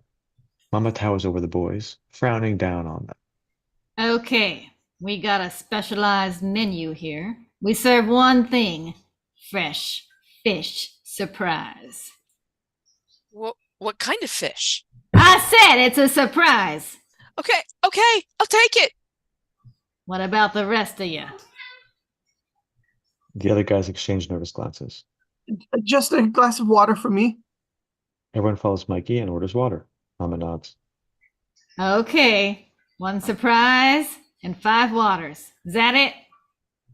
I'd like the anchovy salad, the fettuccine alfredo, the veal scallops, and a bottle of Bolsity, 1981. An angry Mama leans toward Mouth. She grabs his tongue between her fingers, pinching. She removes a pocket knife from her pocket, She moves the blade to Mouth's tongue, ready to cut. We got one more thing on the menu. Tongue. You boys like tongue? The boys all shake their heads, scared. Mama catches herself. She moves the knife away, releasing her grip on Mouth's tongue. Mama smiles falsely and walks back to the kitchen swinging doors. Mouth covers his mouth, in pain. Mikey gets up from his chair. He begins to look around, searching for a spot on the floor. A trap door, anything that would indicate a buried treasure. Loud arguing is heard from the kitchen. But Ma, this was supposed to be our dinner. Jess, shut up. Shut up and do what I told you. The boys at the table look at each other, frightened. What about those two guys who came in before us? What happened to them? Guys, look, if we don't get out of here now, there's going to be some kind of hostage crisis. Garage, four-wheel drive, bullet holes the size of Big Macs. Shock. I'm going to OD on all your bullshit stories. A loud sound suddenly echoes through the place. Churning, bumping, whirring. It sounds like a washing machine gone berserk. The kids exchange a frightened glance. We hear the voice of a man screaming obscenities. On the far wall, a door flies open. A man storms out. It's Francis Fratelli. His clothes and body are splattered, stained by a dark green ink. He is screaming, boiling mad. He is yelling across the hallway to Mama, holding up his hand. A drawing of Ulysses S. Grant has been stamped onto his head. How the hell am I supposed to finish up downstairs with that piece of Smithsonian shit I got to work with? Francis sees the table of kids staring at him. Francis pauses, startled. He covers the stamp on his hand and dashes back through the door, as if he were caught doing something wrong. We hear him latching several locks on the door behind him. The boys exchange another mysterious glance. The kitchen doors shoot open. Mama straddles out, carrying a tray of glasses in one arm, the metal cleaver in the other. The glasses are filled with rusty orange-colored water. Small particles float in the water. Mama distributes a glass of water to each of the boys. They stare at the water's odd color. Is this supposed to be water? It's wet, isn't it? Yeah, sure. That's great. If you like mule piss. Mama turns to Mouth, rage in her eyes. Mouth starts pouring his water from one glass to the other. It sounds a little like going to the bathroom. This is driving Mikey crazy. He starts to bump up and down on his seat, knocking his knees together. He excitedly whispers to Mouth, Cut it out, Mouth. This is the sort of place that has Daddy Longlegs in the restroom. The kitchen doors fly open again. Jake exits. He is wearing aprons, covered with blood. His hands and arms are also stained with blood. He is carrying a huge, steaming pot. A ladle rests in the pot. He rests the pot on the table, looking at the boys. Who ordered fish surprise? Chunk nervously raises his hand. Jake ladles the grotesque contents of the pot into Chunk's plate. The fish surprise is made up of a black, jellified liquid, loaded with fish heads and bones. Chunk frowns. Yummy. Mama looks into the pot. Is there some left? Jake nods. Mama checks her wristwatch. Time to feed your brother. Let Francis do it. I fed it last night. Francis is busy. I hate going down there, Ma. He's your brother. Now get going before it gets cold. Jake reluctantly walks to a crooked wooden door. He opens the door. It leads into darkness. Jake enters. We hear him descend the creaky stairs. A nervous Mikey stands, bouncing on one leg. He looks at Mama. Excuse me, ma'am. Where's the man's restroom? With his usual wild hand gestures and expressions, Chunk is trying to convince Mikey not to go downstairs. Mama glares at Mikey. Can't you hold it? Yeah, Mikey, can't you hold it? Devilishly, Mouth pours a thin, noisy stream of water from one glass, which he holds high above the other. Lady, please. Downstairs, to your right, and stay to your right. Mikey nods, trembling. Chunk still tries to convince Mikey. Mikey, don't! You can't! Please! Mikey ignores Chunk and walks to the basement door. He enters. And we'll switch narrators here to Skylar. Interior lighthouse basement. A narrow corridor, dark, twisting, lined with damp stone walls. The stairs are made of rotted wood. They creak and groan with his every step. Mikey arrives at the bottom. There's a long hallway, dimly lit by a few dangling bare bulbs. Mikey removes the map from his pocket. He opens to the maze, trying to find some sort of comparison. He suddenly hears bizarre sounds, growling, screaming. They echo from the hallway's opposite side. Mikey pauses, curious. He turns. He puts the map back into his pocket. He follows the sounds. They lead him to a thick wooden door. At hallway's end, Mikey stops. The sounds are louder here, more distinct. The growling continues, like an animal. It mixes with the rattling of chains. The door is open. A crack. Mikey peers inside. Interior, Sloth's room. Mikey's POV, a stone room resembling a jail cell. The room is empty, save for a tattered, stained mattress. It sits in the middle of the floor. A very large person sits in a dark corner. We will call him Sloth. Only the large outline of his shadow is visible.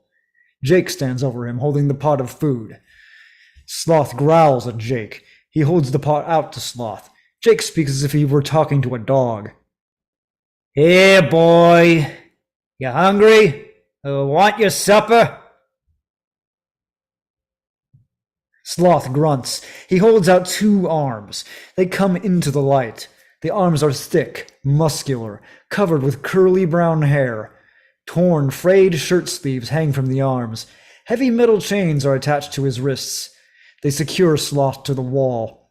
His arms stretch out for the food, like a starving child.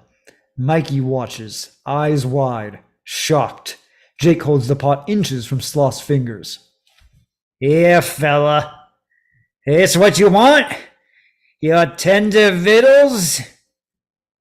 Sloth's hands try to grab the bowl. Jake purposely drops the pot. It smashes on the floor. The fish and broth are sucked into the dry cement. Sloth cries out. Mikey's eyes are sad, sympathetic. Jake feigns pity. Aw, poor boy. Sorry, fella.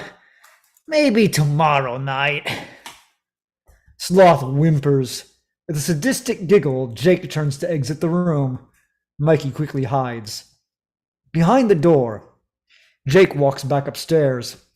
Mikey peers out from behind the door. Seeing that the coast is clear, he walks out. Mikey looks back into the room. Camera dollies into Mikey's face. He sees Sloth's face, but we don't. Mikey's face goes white.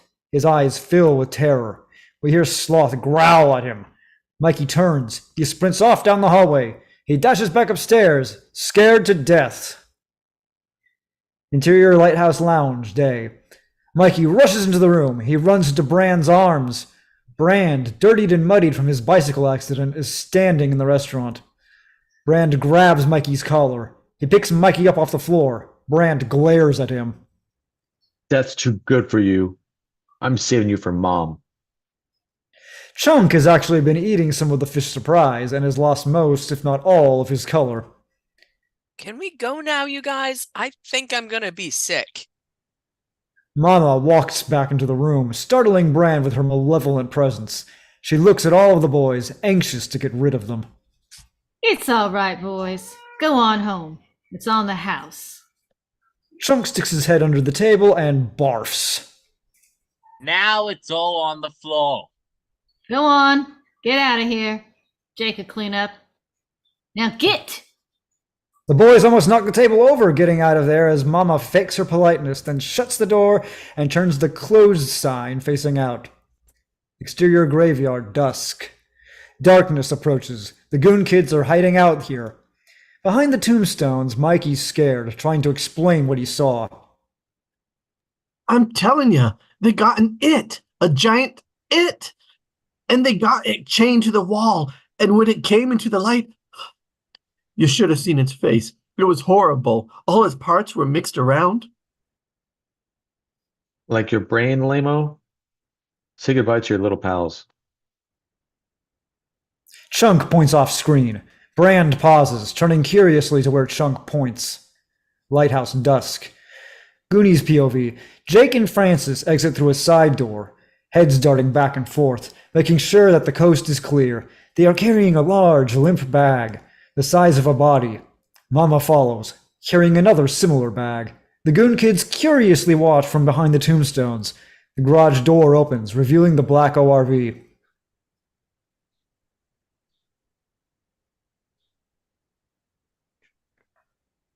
Look at there! Look at there! Jake opens the hatchback of the ORV. Jake opens a false floor in the ORV's bed. He and Francis attempt to fit one bag onto the vehicle bed. They attempt to load the other bag. Won't work. Not enough space. Jake closes the false floor. He and Francis carry the other bag back inside the restaurant. What do you think they got in the bags? The kids have no answer. Jake and Francis come back outside. They get into the ORV with Mama. They drive off. The lighthouse lounge is empty. Mikey excitedly looks at the others. Hey, the place is ours. Our parents are going to be worried. Let's go home. What home? In a couple more hours, it ain't going to be home anymore. Come on, guys. This is our time. Our last time to see if the rich stuff's buried someplace in there. Mikey pulls the map from his pocket. He tries to read it. Too dark. He looks at the others. Anybody got a match? Suddenly, a small flame appears. It enters from off-screen right. Another flame appears, entering from off-screen left. The flames are two matches, held by Andy and Steph. Andy's eyes twinkle in the firelight, but her hand is shaking. Her eyes dart from left to right. She's obviously frightened by the graveyard. Hi, Brandy. Brand smiles at Andy and loosens his grip on Mikey. Steph gives a nasty smile to Mouth. What you doing in the graveyard? Digging up a new girlfriend? Don't knock it. Stiff's a lot warmer than you. Brand gives a puzzled look to Andy. What are you doing here? Followed you guys. We were out driving with Troy. He was being a real spaz-ass. You know, tilting the mirror so he could look down our shirts. So I elbowed his lip. Mikey still reads the map, mumbling to himself. Okay, if it's 30 paces, 1, 2, 3. Data grabs Mikey from behind, stopping him. No, Mikey, your feet too small. We must do this scientifically. Paces are paces. Y'all think Willie Dude had a calculator? Mouth takes over. Walking out the paces with longer strides, moving toward the lounge. Mouth counts out the paces as Elmer Fudd. 1, 2, 3. Shh. Be wary. Be wary. Wary point. I'm hunting wabbits. He. Mouth continues walking. The kids follow. Andy looks at Brand.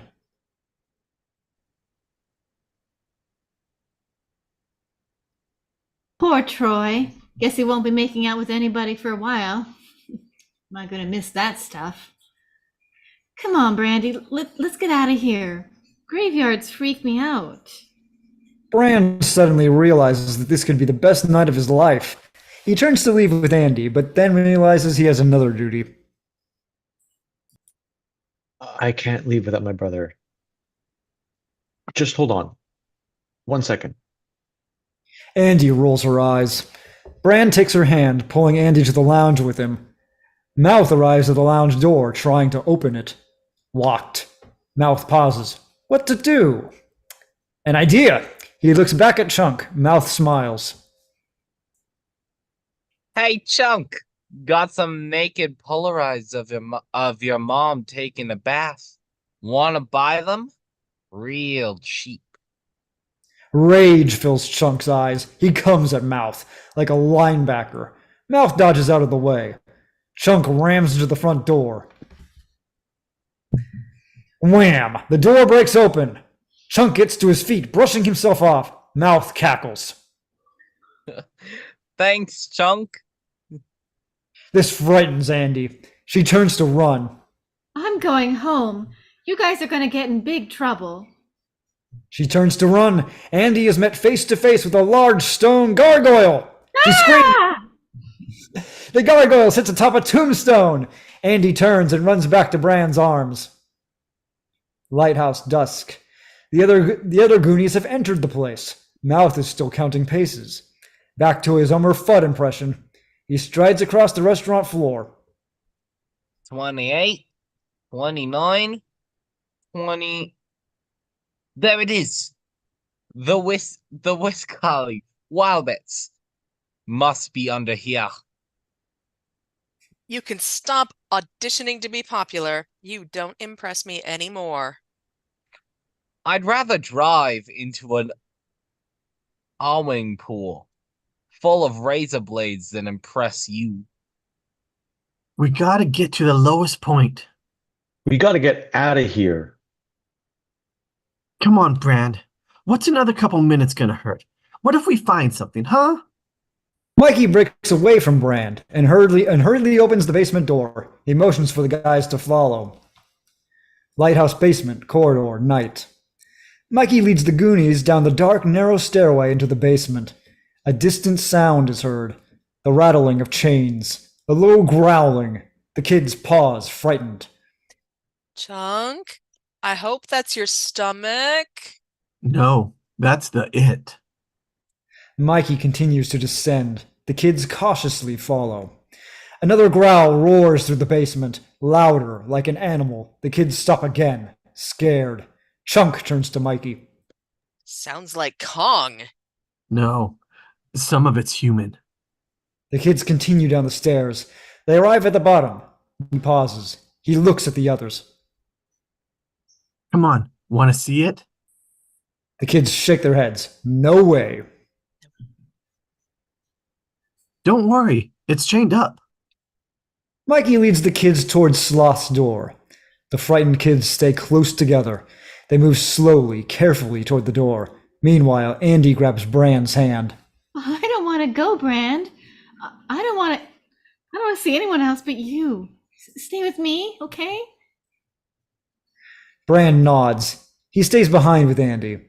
They stand in front of another door, a moment alone. Andy is shivering. Brand puts his arms around her. She cuddles closer to him. Brand smiles to himself. Now's the time to make his move. Meanwhile, the kids are only a few feet from the door. Eyes wide, scared to death. Mikey slowly reaches out. He grabs the doorknob. The kids hold their breaths. Mikey twists the doorknob. Sloth's roaring growl blasts from behind the door, louder than ever. It sends a shudder through the hallway. The kids jump back. Brand, who is leaning to kiss Andy, inches from her lips, is interrupted by the group of kids falling toward him. The kids fall into Andy and Brand through another door. The door bursts open. Everyone falls inside like dominoes, resembling the stateroom scene from the Marx Brothers' Night at the Opera. Lighthouse basement, kitchen, night. The kids get to their feet. In the chaos, the doubloon has fallen from Mikey's pocket. It rolls on its side, along the floor. Chunk grabs it. Seconds before the doubloon falls into a drain. Chunk pockets the doubloon. We are inside of a large stone room. At one time used as a kitchen. The room is equipped with a giant freezer, 2 large stainless steel sinks, a sparklets glass water cooler, a stove, and a stone fireplace. A tiny flame still burns in the fireplace. The only object that seems out of place is a large black metal printing press. The press is ancient, rusty. A small window sits above the press. A photo of the Fratellis adorns the wall behind the press. The kids exchange a bewildered shrug. Chunk goes straight for the water cooler. Chunk moves his mouth beneath the tiny faucet. He turns on the faucet and lets the water stream into his open mouth. An excited Mikey grabs a fireplace poker. He finds a random spot in the center of the floor. Yes, this is as good a place as any to start digging. Mikey raises the poker high in the air. He brings it down, hard on the concrete floor. Wham! The poker doesn't make a dent. Instead, it sends a reverberating shock through Mikey's body. Why does it say slock here? His teeth begin to shatter. Brand shakes his head. You sure you were not adopted? Are we from the same family? Come on, Mikey. You're embarrassing me. There's nothing buried under here. Damn it, this is the 20th century. Hey, come on. Hey, I know how to get through the cement. But Hershey's all over the floor. Let Chunk eat them through. Okay, Mouth. That's all I can stand, and I can't stand no more. Chunk's sudden movement causes the sparkless container to tilt. It falls off its base and smashes to the floor into a million pieces. The water flows across the floor, trickling into the open fireplace. Several seconds pass before the water hits the fireplace bottom. Mikey pauses. Listen. They listen to the slow trickle for a moment. Brand shrugs. Big wow. No, it's deep. There must be some kind of opening or passageway. The kids dash to the fireplace. Brand pushes Mikey out of the way and reaches down to pick up a log. He burns his hand. Brand drops the log and lets out a yelp. Mikey looks at Brand, shaking his head. Brand, you sure we're not adopted? Are we from the same family? Come on, you're embarrassing me. Brand grumbles and takes off his shirt. He wraps his hands with the shirt. He begins to remove the fiery hot logs from the fireplace. When all of the logs are removed, only a section of black rusted steel grating remains. Brand removes it.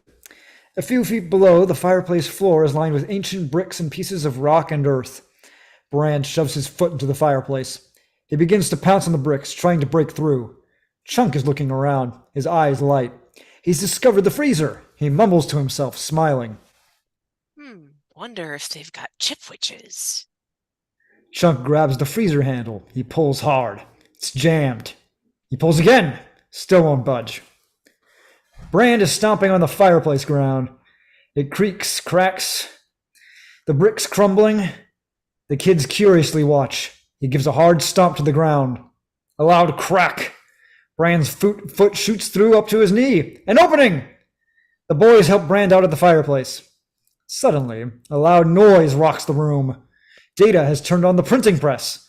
A freshly printed sheet rolls out of the press. The sheet is filled with perfectly printed counterfeit $50 bills. Hey guys, check it out. Everyone hurries to Data, save for Chunk. He is still pulling at the freezer handle. Bogus bills. I knew those people were from the ozone. Steph comes upon a horrible realization. She grabs the photo from the wall. Oh, God. I knew I recognized these faces. The Fratelli mob. Still pulling at the jammed freezer, Chunk calls back to the boys. See? You guys never believe me. And now look what you got yourselves into. Suddenly, the freezer handle snaps. The freezer door shoots open. A dead body stands there. Frozen, eyes wide open. It's one of the two men in dark suits who we saw enter the restaurant earlier. The man is bound and gagged. An FBI badge is pinned to his lapel.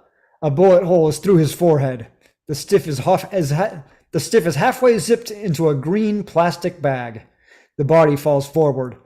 Chunk jumps back. The stiff hits the floor. Slam! The kids let out a simultaneous scream. They dash out of the room. Lighthouse basement, hallway, night. The goon kids run down the hallway, frightened. They hurry to the upstairs stairway. Suddenly, a noise. The kids stop, dead in their tracks at the foot of the stairs. Brand motions for them to shh. We hear the sound of voices, familiar voices. Mama, Jake, Francis, back home. The kids pause, breathless. We hear the basement door creak open. The kids look up to the top of the stairs. The long, menacing shadows of Mama and the two boys appear on the wall, heading into the basement. The kids turn, sprinting to the counterfeit room. Lighthouse basement, kitchen, night. The kids run back inside, panicked. Mikey uses his Promethean mist. Chunk is scared to death. Mommy, Daddy, Uncle Wormer. Oh, Jesus. Oh, Jesus. Andy crosses herself. Chunk sees this, tries to cross himself, and instead outlines a Star of David over his entire chest and stomach. What are you doing? I'm not supposed to do the cross. I'm Jewish. I'm doing the star. It's got 6 points. It's... What do we do?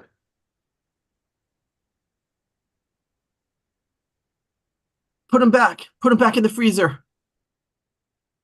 Mikey and the Goonies rush over to help. Mikey and the Goonies rush over to help Chunk, who is already lifting the body to put it back up. Chunk stands in front of the body. The kids stand him back, lifting it up. The voices of Mama and the boys are getting closer. Oh, Hail Mary, full of grace, the Lord is with thee. Hail Mary, full of grace, the Lord is with thee. He's so cold. Andy, help us. Hail Mary, Lord of grace, the Lord is with thee. The kids lift the body to its feet. They hurriedly push it into the freezer. The clumsy Chunk still stands in front of the body. He is pushed into the freezer with the body. The kids close and latch the freezer door. They run to the fireplace. Interior freezer. Chunk is frozen, face to chest with the corpse. He tries to scream for help. He's too scared, speechless. The corpse begins to slide down Chunk's body until it is face to face with him. Kitchen, night. Mikey leads everyone into the fireplace. He kicks away a few loose boards. Mikey grabs one of the fireplace tools, a metal shovel. He motions for the kids to crawl into the fireplace. One by one, the kids hurriedly crawl into the passageway. Brand is hesitant. Jeez. Looks kind of small. Oh, yeah. Like an elevator, remember? I told you to shut up about that. Brand is interrupted by Mama and the boys' voices getting closer, clearer. He quickly crawls into the fireplace. Mikey is the last to crawl inside. He gathers the grating and logs. Once inside the fireplace, Mikey puts the grating and logs back in place over his head. Mama and the boys enter. Interior fireplace. Using Andy's lighter, Mikey restarts the fire over his head. Kitchen. Jake moves to open the freezer door, but Mama spots the broken water cooler. Things are not as they left them. Mama snaps at the others. Let's go and check your brother. Jake moves from the freezer. Mama and the boys hurry out of the room. We hear Mama's voice. He better not have busted them chains again. I ain't going back to the zoo for another set. The Goonies watch through the fireplace grating. Suddenly, the freezer door slowly opens. Chunk steps out from behind the corpse. He dashes to the fireplace. He whispers to the kids. Come on, guys. Let me in. Let me in. No, you gotta get out. Get the police. Chunk hears the Fratellis coming back. He spots the window above the printing press. Chunk leaps to the top of the press, crawling out of the tiny window. Just as Chunk slips out of the window, Mama and the boys re-enter the room. I knew he couldn't break those chains. Maybe it was one of them tremors, Ma. Oh, yeah. You know how the ocean sometimes shakes up the place. Mama shrugs. No time for thinking. There's work to do. She points to the freezer. Come on, we gotta move the other one. The boys nod. Jake opens the freezer door. They begin to move the corpse. Mama looks at the boys. You boys take care of that. I'm gonna stay behind. Make sure none of them tremors start up again. Interior fireplace. The kids move away from the grating. They climb back into the passageway. A narrow, man-made tunnel surrounded by smooth rocks and hard earth. The tunnel moves downward, getting wide, larger as it moves further in the distance, but there is only darkness ahead. The Goon kids cluster tighter together, whispering, scared to death. Oh my god, I just saw my first dead body. Okay, look, guys. I'm the oldest. I'll call the shots. You gotta look for a way out. Start looking for manholes. Hey, you got any light on you? Data opens his shirt, searching for the correct cord. Oh, yeah, in case of emergencies. When I'm walking home from the school and some big guys stop me and they say, Goonie, you're gonna dust you. Pretend like I'm really scared. And then I reach inside and pull this cord and say, Bully blinders. Two bright 8mm movie projector lamps extend from Data's hips. They flip on, causing incredibly bright light. The Goonies all cover their eyes and scream. But suddenly, the lights fizzle out. Data shrugs. Only problem, batteries don't live so long. So I have father's backyard light. He removes a large lantern. He flips it on. It illuminates the passageway. Brand grabs it. Okay. I'll walk ahead with the light. Walk? What about run? All of the kids run off into the passageway. Road and night. Chunk is running for his life. He runs to the side of the road, headed back to town. Suddenly, bright headlights come toward him. Chunk turns. He steps into the middle of the road. He waves his arms, hoping to flag down the car. The car comes to a stop. Bright headlights shine in Chunk's eyes, blinding everything in front of him. A man steps out of the car. We can only see the outline of his shadow. He speaks to Chunk. Is there something wrong? Look, mister, I need a ride. My friends and I just had a run-in with these really gross people. You might have heard of them, the Fratellis. Anyway, we found their hideout. If you could give me a ride to the police station. The man motions for Chunk to step forward. Chunk hurries to the man. Chunk walks through the blinding headlights. He can finally see the car. His face goes white. It's the black off-road vehicle lined with countless bullet holes. Chunk looks up to the man's face. It's Jake Fratelli. Chunk turns to run. Jake grabs him around the waist. He carries the struggling, screaming Chunk to the rear of the ORV. Jake opens the false floor. Jake forces Chunk inside. Jake closes and locks the floor. He gets into the ORV. Francis is also here. He and Jake drive off. Rear compartment of ORV. Chunk again lies face to face with the FBI corpse. Chunk is frozen with fear. And that's where we'll take a brief break, intermission, if you will. And I know, Tamir, if you might have to leave, you can stay as long as you like, but if you wanted to leave, this would be a good point to do it. My clock says it's been 2 hours, and we're only about halfway through the script. So if we continue, we'll probably finish about 10 o'clock. Or whatever time might be in your zone, wherever it's at. That'd be 10 for me out here on the West Coast. Did you guys want to do the second half of the script, or do you want to come back to it in a week or two? Your choice. I'm happy to do it either way. If we do it in a week or two, if we do it on the 18th, which is 2 weeks from now, I do have plans. I won't be able to come. But so I could do tonight if that works, because I know next week I think is at there's something happening. I think. So today's the 4th.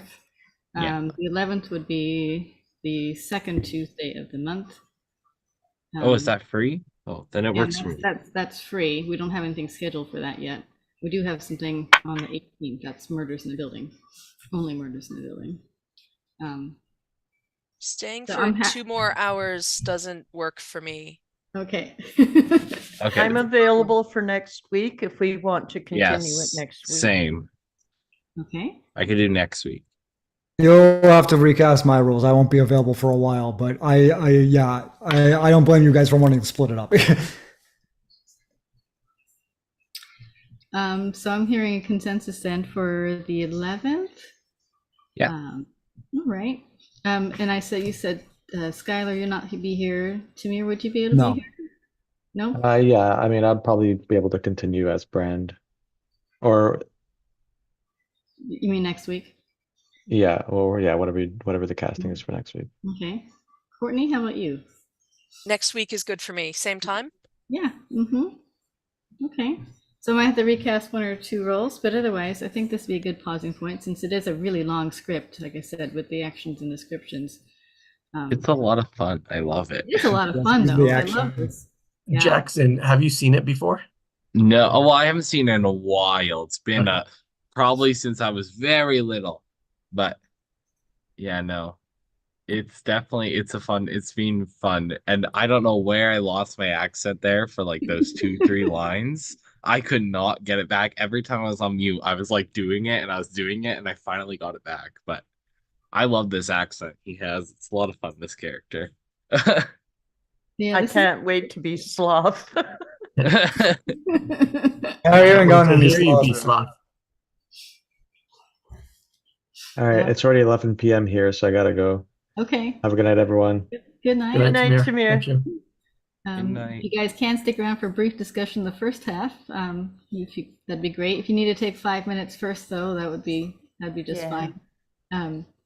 You know, Okay, maybe- Vicky said 5 minutes first. So yeah, 5 Yes, minutes. 5 Mhm. minutes. Yeah, please. All right. Great. Yep. So we'll see you back in those who can stay. They'll see you in 5 minutes for a brief discussion of this first half here. Then, so let's see, about 10 after then. Okay. And I'll just leave it running.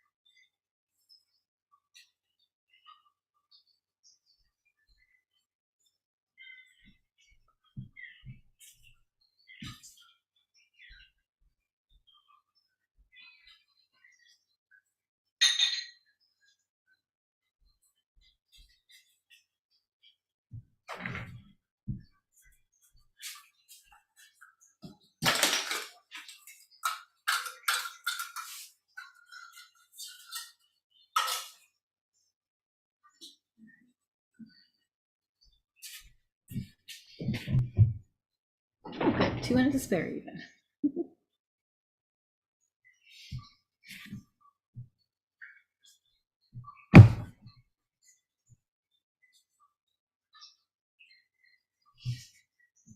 I went through and fed my cats so that hopefully they wouldn't be meowing during our discussion.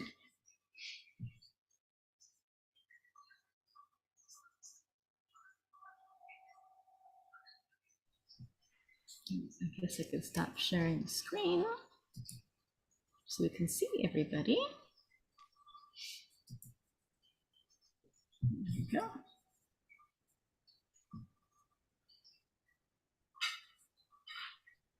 And it looks like maybe we'll have Aubrey next week if we're lucky. Oh, good. So I can't wait to say to Skylar, we'll see you in December. We're doing Gremlins. is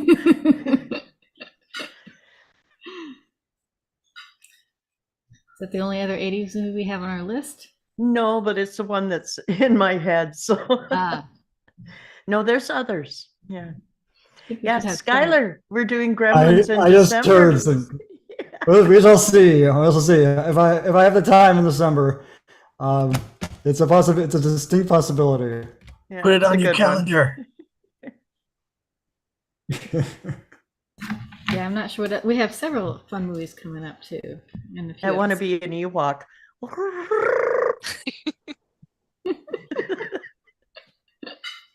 I actually had the book made from the movie of Gremlins way back in the day. I love Like one of those short little books that they sold you at the book club in, middle school. Right. Cool. Is Gremlins in the future? Are we doing it December. this year? Yeah. Mhm. December. Yeah. We got ways to go to get there, but yes, we'll get there eventually. So I think it's safe to say that this wasn't the shooting script. Shop No. and snack, that wasn't in the movie. I don't remember it in the movie.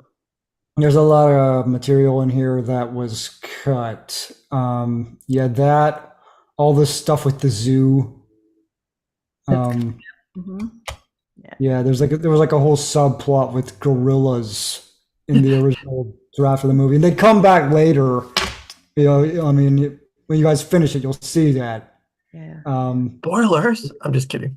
But yeah, it was some weird thing that was this whole subplot involving these zoo gorillas that was cut from the movie for budget reasons, I think. Well, and not to mention how difficult it is to get gorillas to do what you want. Yeah.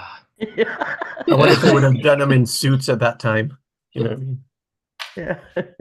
And I don't remember Grandpa sleeping in the lounge chair when they were getting away from the house. Oh yeah. I love my character though, just like boom and gets Grandpa up. Yeah. Oh, this character's fun. Yeah.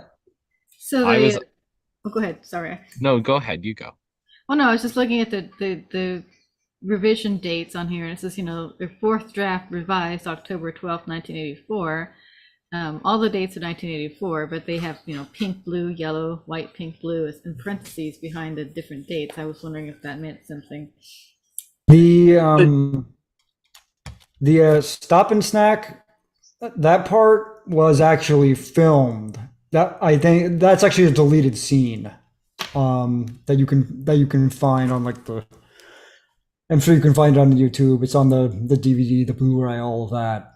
Okay. But yeah, the zoo stuff was just cut out completely. Yeah, the different colors of the scripts are the different order that the rewrites happen in. I was looking for my shirt that has the different orders of them, that they'll do a different color for each draft. But yeah, so like you said, those writings were in 1984 and it came out in 1985. So yeah, it's fairly close. I mean, they went from January 11th, 1985 is the last revision, it looks like here. So and then they started to film it and release it. Right. So yeah, this is close to the shooting script, but it's not quite there yet. So they went from October through January. And like Skylar said, like some of it that maybe not too budget intense, they could have filmed and then lost it in the editing, the cutting floor. Yeah, maybe the zoo stuff. I don't know, but yeah, the stop and snack. Yeah, that was filmed. Yeah, that's out there. You can. That's yeah. The other stuff I think might have been dropped entirely at the last minute because budget reasons and maybe length reasons as well because they probably didn't want the movie to be too long and they're selling it as a kids movie in the 80s and the definition of long was very different back then as compared to now, so that might have been a factor too. And the language too. I don't know how much you caught that. I watched this with my kid a few years ago when he was like 10, 11 or so, and I was all the shit and there's several swear words in here, and then that's the beauty of this movie. Yeah, they didn't used to have a PG-13. It was just like PG parental guidance, then R, so it like spans all of that. Like, yeah, there was definitely some scenes I'm like, oh, I should have watched this before. I mean, I watched it, when I was a kid, and I didn't think anything of it. So I thought, oh yeah, Goonies would be fine, right? And then I showed it to my kids, like, oh, maybe I should have rewatched it first. Don't worry, just like you, they'll think nothing of it. They probably would pass. Maybe. Yeah, our media now is full of casual racism, sexism, and constant bullying from your friends and family over, every detail about you. That's how the way friends are really working these days. It's a good example. Yeah. I always like coming into the scripts very not reading it. I don't like reading the scripts because I think it's fun trying to, especially movies like this where I haven't watched it in forever. So I was really shocked seeing Elmer Fudd's I had tried doing an impression of on the spot. That was interesting. I was like not expecting this character. I tried researching this character a bit before coming on because I was like, I did not know anything about this kid. And it was like fluent with Spanish. I was like, fluent with Spanish? I better not have to do any Spanish. I am nowhere even close to fluent. And then I was like, never said anything about impressions. I would have prepared a little more if I heard impressions. Yeah, no, I think I did okay. Yeah. It was a lot of fun though. Yeah, like there are lots of references to the 80s in the script. There is too. Like the Sears and Roebuck. There was, all the clothing references, denim jeans. God, denim is so popular. And they put specific songs in there. Specific songs. You guys recognize the writer's name? Oh, yes. You should. Columbus. Yeah. Chris Columbus, yeah. And what else he's done and stuff. He's done, I know. What else has he done? There was a big one he did. Why can't I remember it? I think Home Alone, Harry Potter. Oh, yeah, he did the first two Harry Potter movies. Yeah. Oh, there you go. A small one. Yeah, I did see that. Didn't realize it was he's done such a earlier, much. I think he wrote this, but I think he directed those. I might be unclear. Skylar, do you know more specifically? I thought Steven Spielberg wrote it. He definitely produced this. Yeah, he produced it. It was directed by. The director's name is Richard. What's his last name? Richard Donner. Donner. Yes, thank you. Who also did the Superman movie, the original, and a bunch of others. Yes. Movies. Yes. He's done a ton of stuff. Yeah. Very. Yeah. He's done a ton of stuff. Like pretty. He was a pretty big director during this time period. Certainly. And after I'm looking at IMDb right now, Lethal Weapon, Scrooged. Oh yeah, Lethal Weapon. Yeah, that's right. Yeah, that was. Conspiracy theory. Yeah. That was like one of his big claims to fame was Lethal Weapon. Yeah. Yeah, Chris Columbus also directed Adventures in Babysitting, 1987. I watched. Love that. Home Alone. There's one we should do in the future. Mrs. Doubtfire. Amazing. Yeah. A complete unknown. Harry Potter. Let's see this first two, it looks like, and the third. It was produced from the third. Lightning Thief, Percy Jackson, Olympians. He's in that one too. So quite a few movies that I recognize. Yeah, that's pretty impressive since I live under a giant rock. So.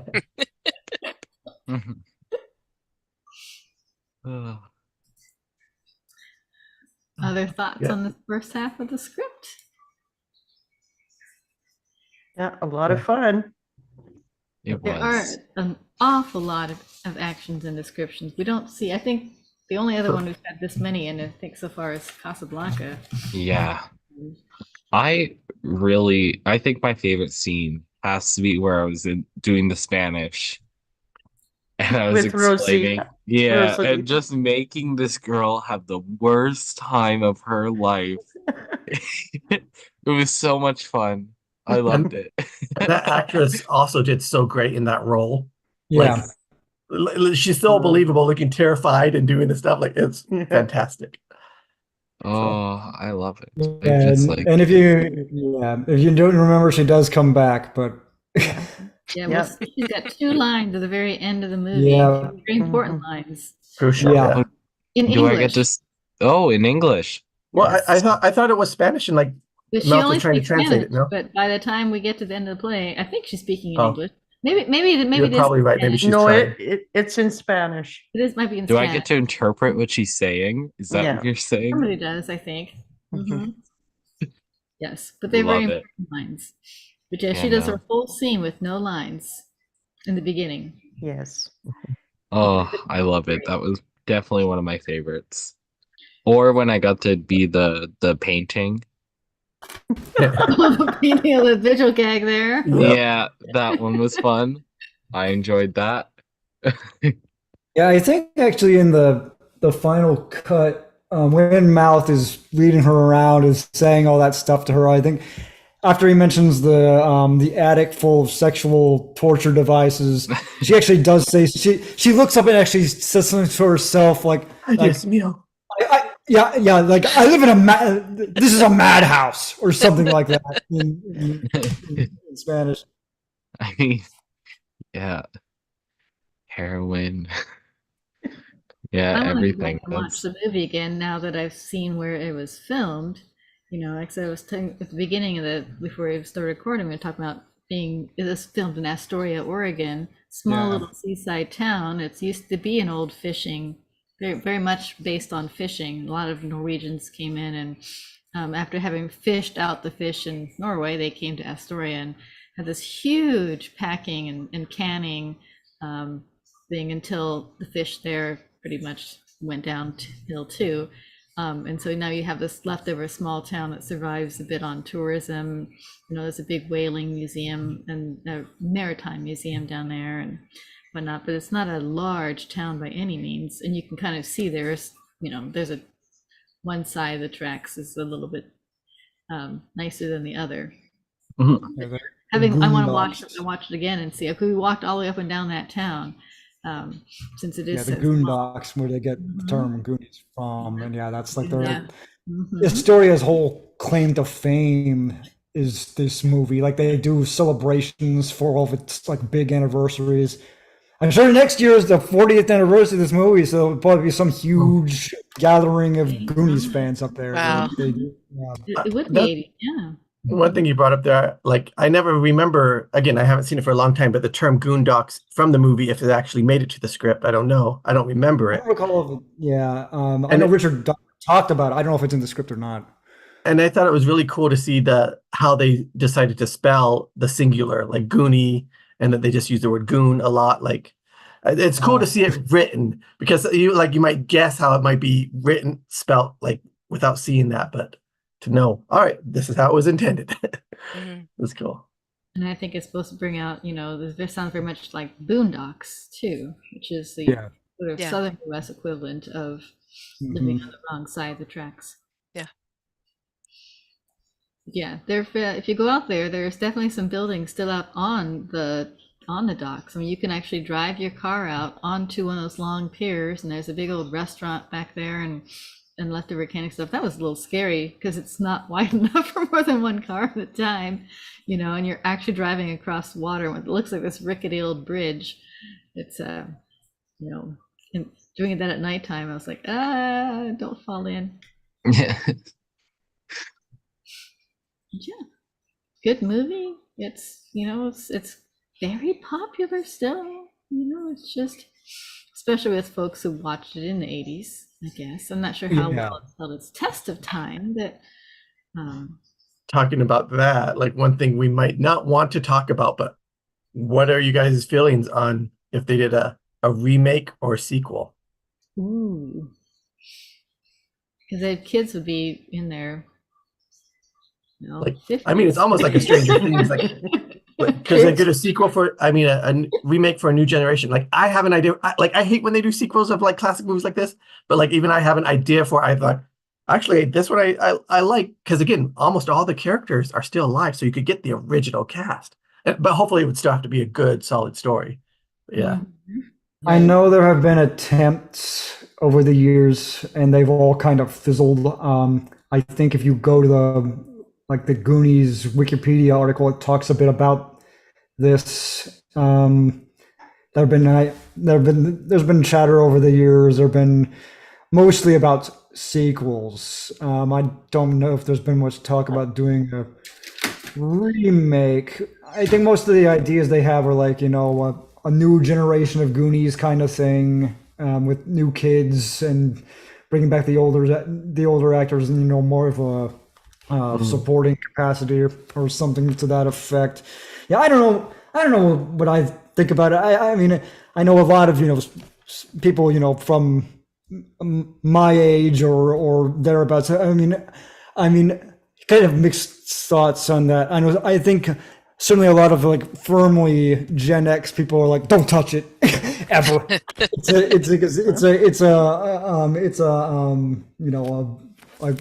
It's one of those classics. It's like sacred to many people of that generation, like Spaceballs or Labyrinth and all this stuff. I mean, never ending story. Yeah. Of course, that did get plenty of sequels, as did I mean, The Karate Kid is another good example of something that took a kind of a life of its own. But yeah, I don't know. But we mostly ignore all the sequels. It's like they didn't even exist. Yeah. I don't know if the Goonies has, I mean, just speaking personally, like the ability to kind of like have like a modern, like cross-generational appeal in the way that something like The Karate Kid does. I don't know. I mean, I love it, but I just don't know if it would work now. I think the appeal of this movie is it's the underdog theme, right? It's the poor kids against the rich That's a big part of it. monstrosity of wealth. That's a big part of a lot of Also, 80s. yeah, and that would still play true today, I would think. The other core part of this theme, I would think, is that it's a group of misfits on an adventure. I mean, they're seeking something that's a big, huge dream. Who doesn't want to find pirate gold, right? And that part might be a little bit harder, I would think, to play in this day and age. I don't know. We don't know. Yeah, because you have a lot of younger generations haven't really grown up like playing the same way that kids did in the 80s. So I mean, things are obviously very different now. We have people who've grown up with the internet. I did not. I mean, it came along a little bit later on for me, and people who now have lived their entire lives with social media. So it's I don't know. Yeah, it's just a different landscape. It's that kind of classic kind of nostalgic. Let's go find treasure kind of adventure. I think is I mean, adventure never goes out of style, but I think that kind of like the sensibility of it is kind of very much a product of its time. Yeah, they'd be complicated to do, or at least to recapture in a way that would satisfy people who people of the 80s and appeal to like a newer generation at the same time. I think that's easier with something like The Karate Kid than it is with the Goonies, but maybe. Jackson, what do you think about, since about what kind of adventures appeal to younger generations? What would you Oh, now I'm being put on the spot. Um, I don't know. I A lot of nowadays seems a lot of just my age of people. They're either there's the sporty kids who I'm shocked that's still around big, and then there's the nerds and the video games. There's like no in between. And so I was soon closer to like video game aspect if they had to put something in there. Because that's what it seems like my peers are drawn to the most. Like the Mario movie came out and everyone was Yeah. addicted to that. There was like all these just different movies that are like video game related seem to be doing a Yeah. little bit better. So if I would have to pick like one thing to push on would be video games in some way, shape, or form, like characters or plot or something similar to that. Yeah, and that's I not like- a bad idea because right around this time is when the Nintendo Entertainment System came out, and video games really hit the big time was in the mid '80s. So that is kind of a way you could kind of connect it. Yeah, for sure. I'm shocked they haven't made a Lord of the Rings-esque Legend of Zelda, like a high quality like Zelda movie. I There- heard that's There's a in the live action mix. Zelda in development. Yeah. I mean, but Thought there also you're was, also half glad that they didn't edit.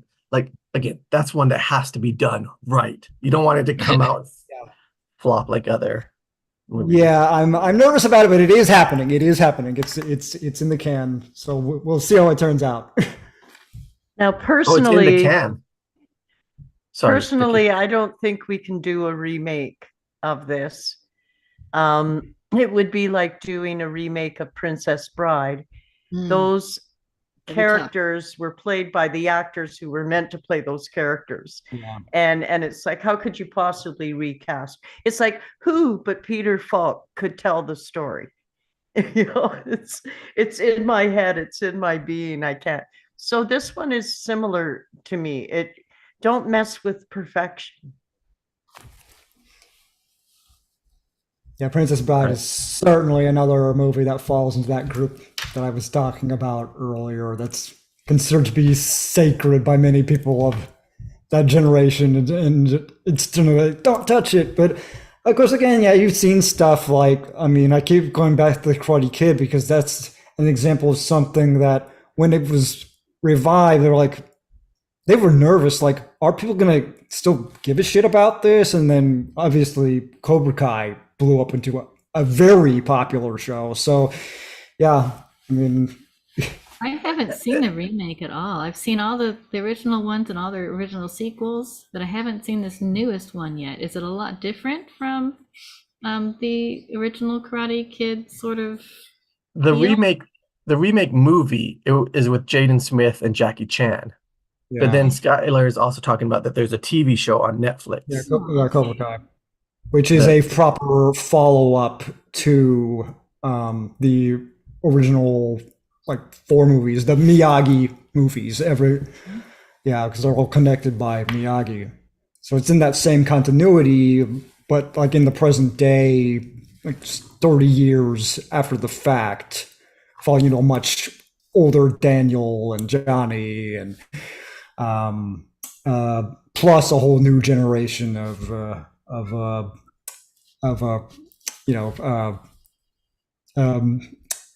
Karate Kid teenagers. Yeah. And they make it, and it all works in a very surprisingly organic way. I mean, they did work with its they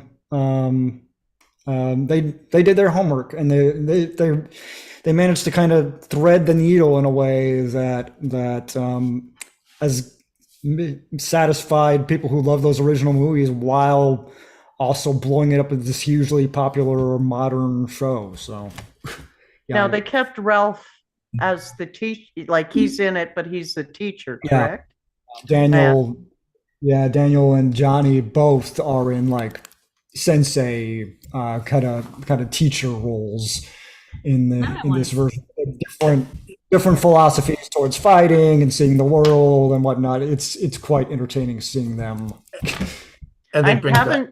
I haven't seen it, but I did hear that Ralph was in it, and I think that was Yep. genius.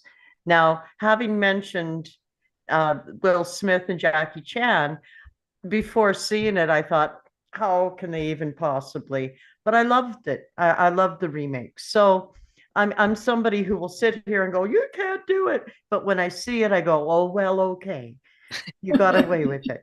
And there's certain movies that, like the new generation, if they saw it, they don't know the old movies existed. Like, and Yeah. not that they were necessarily classics, but like the Judy Garland Wizard of Oz isn't the first Wizard of Oz movie ever made. I think they did like 2 attempts before that. And same like Robin Hood had multiple movies at different stages and stuff. Yeah, Robin Hood is like one of the most remade stories in film, I believe. Yeah. I have a very old Robin Hood book. I have some antique books, and yeah, very cool. And very cool to have the ending of that. A lot of people don't realize how Robin Hood actually expired. He was sick and he went to a nunnery, and during that time they would bleed people with leeches, and I don't know, did they forget about him, or was it on purpose? I don't know. They left him there with the leeches sucking him dry. So I don't believe it. That's the story that they told to the sheriff and What others a when they go way to after go. him, so he could live happily ever after. Well, on that, I've got to go tonight. It's getting too late for me, but it's been great to read with you, and I'm looking forward too. to seeing y'all next week. All right. All right. Sounds Good night, Okay. Courtney. bye, Can't Courtney. wait. See Good you, night. Courtney. Thank you. Bye-bye. Battlestar Galactica is another one of those that they totally redid the series on. You know, you have the classic 80s version with the cute little robot dog thing, Daggett, is that right? You know, and you have Starbuck and Apollo, and oh my God, they changed the gender on one of those characters. So yeah, but it seemed that the new series seemed to be pretty popular too, from what I could tell. And what's the other one? Danger Real Robinson. Outer space. Oh, I know I can't think of the name of it. But the new series on Netflix, I loved. Like, I didn't really watch the original one too much, and just seeing it from the outside, it seems corny, but I'm sure it was good. It's good. But Vicky, your face says you don't like the new one. no, I'm trying to think of the name, and I Okay. hate it when my brain won't let me know. I'll search it up while we talk. Yes. So I From what think- I've heard, Oh, go ahead, Jackson. sorry.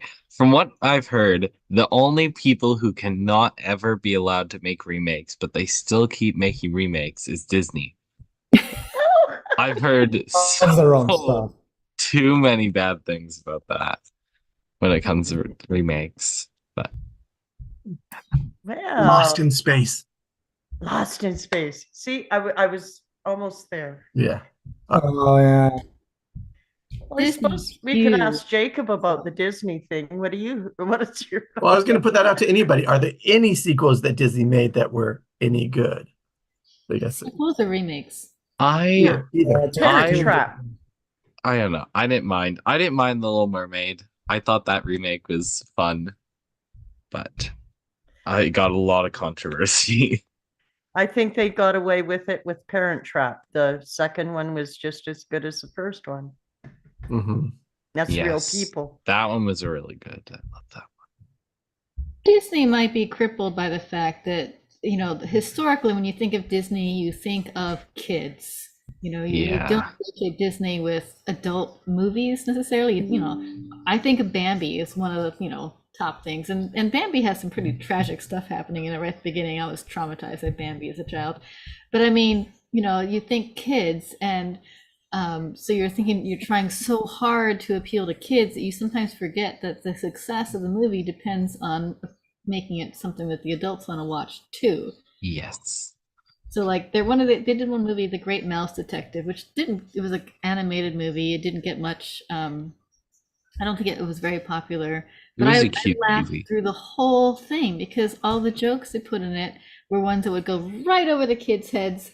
the adults are like laughing like crazy in the aisles, and when you can do that kind of thing to a kids movie, then I think it's helpful. But Disney sometimes tries so hard to fit within this little framework of we have to stay a kids movie, that they miss out on the essence of the story. A lot of the movies they did, kind of really from that time onwards, kind of like from 60s, 70s, certainly to the 80s, 90s, when you get into what we call the Disney Renaissance stuff, I think they weren't, when they really hit their stride, a lot of that stuff, they weren't quite as worried about appealing to kids. I mean, look at stuff like The Lion King and or Hunchback of Notre Dame. Or Hunchback of Notre Dame, which I mean, is a movie that, I mean, was deeply it was unpopular at the time because it's too dark, but it's aged extremely well. I mean, they were willing to go places. I think 20, 30 years ago, especially, that they're a bit more reluctant to go now. But yeah, it's hard for them to remake their own stuff in a way that, and it's a lot of it they do, it's a very kind of a cynical thing that it's just kind of like, oh, it's time for us to remake this stuff. It's getting old. And they see it as kind of like an easy cash cow because there's a built-in market for it. But and the thing is, like you said, it's the built-in market where I think, like, if you say people, are you going to go watch this, or are you going to go watch this thing that has nostalgia and a name you recognize attached to it? And they're like, most people do choose that. And you're like, no, but yeah. I think your choice of Lion King was awesome because that's actually Hamlet, bringing Hamlet to children. It is. It's literally Hamlet. Yeah.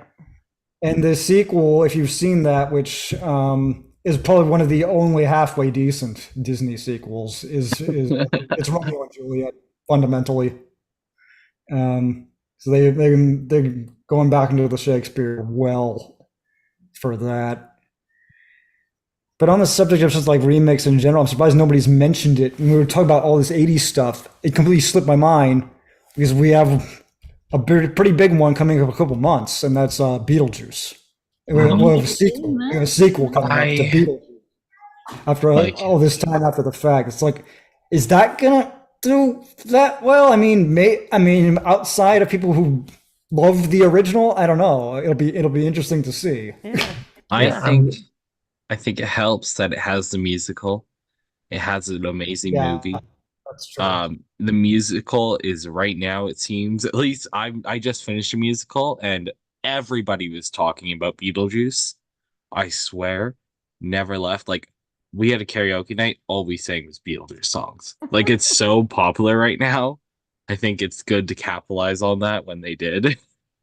Or at least it seems, as the theater geeks in the behind the stage. Musical does seem really popular now. Yeah, that's a good point. I've never seen Beetlejuice. Oh, you're missed. Told you, big rock. Big rock. I mean, it is a unique style. It's a unique type of movie. So yeah. No.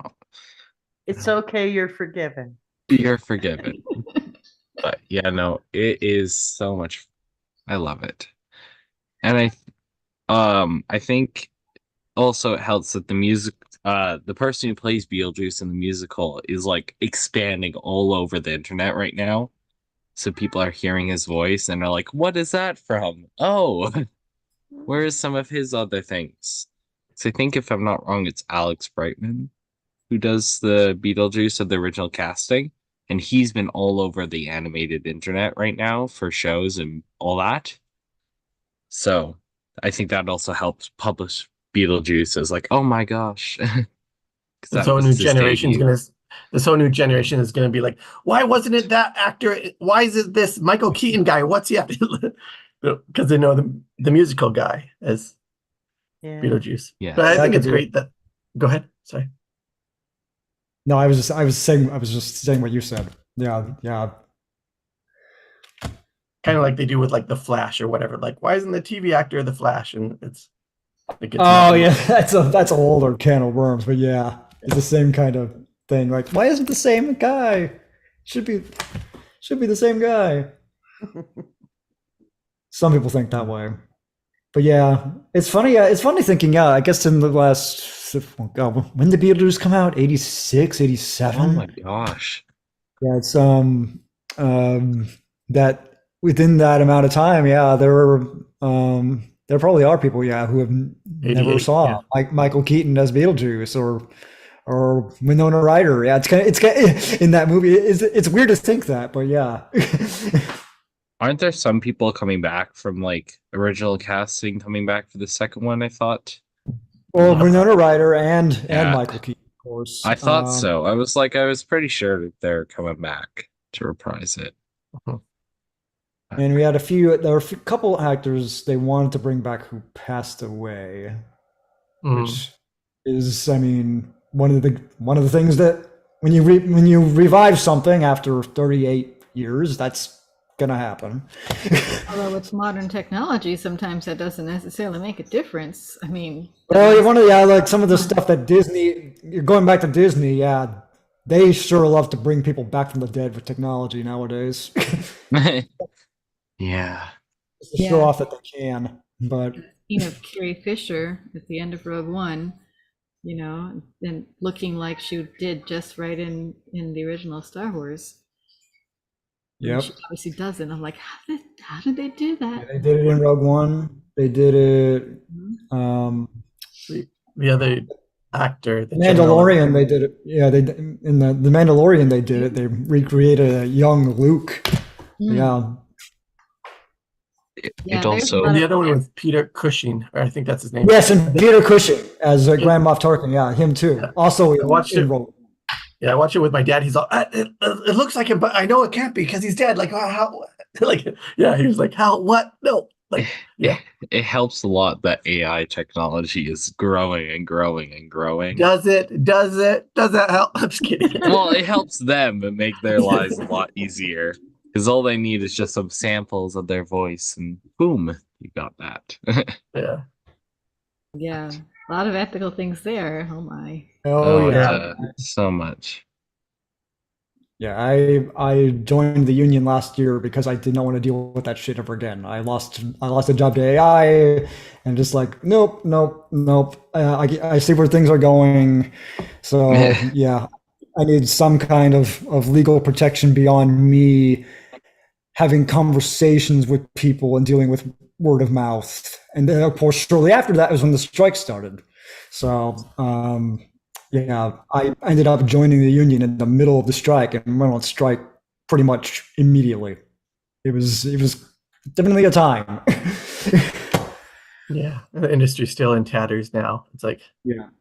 I mean, who knows what the future's going to hold, but we'll see. Yeah, the video game contract is still in limbo over this, and those of us in voiceover are still kind of waiting on pins and needles there, because it seems very likely at this point that's probably going to fall through and we're going to go on strike. But yeah, it's been in negotiations for 2 years, like over 2 years now. So it's not a good sign.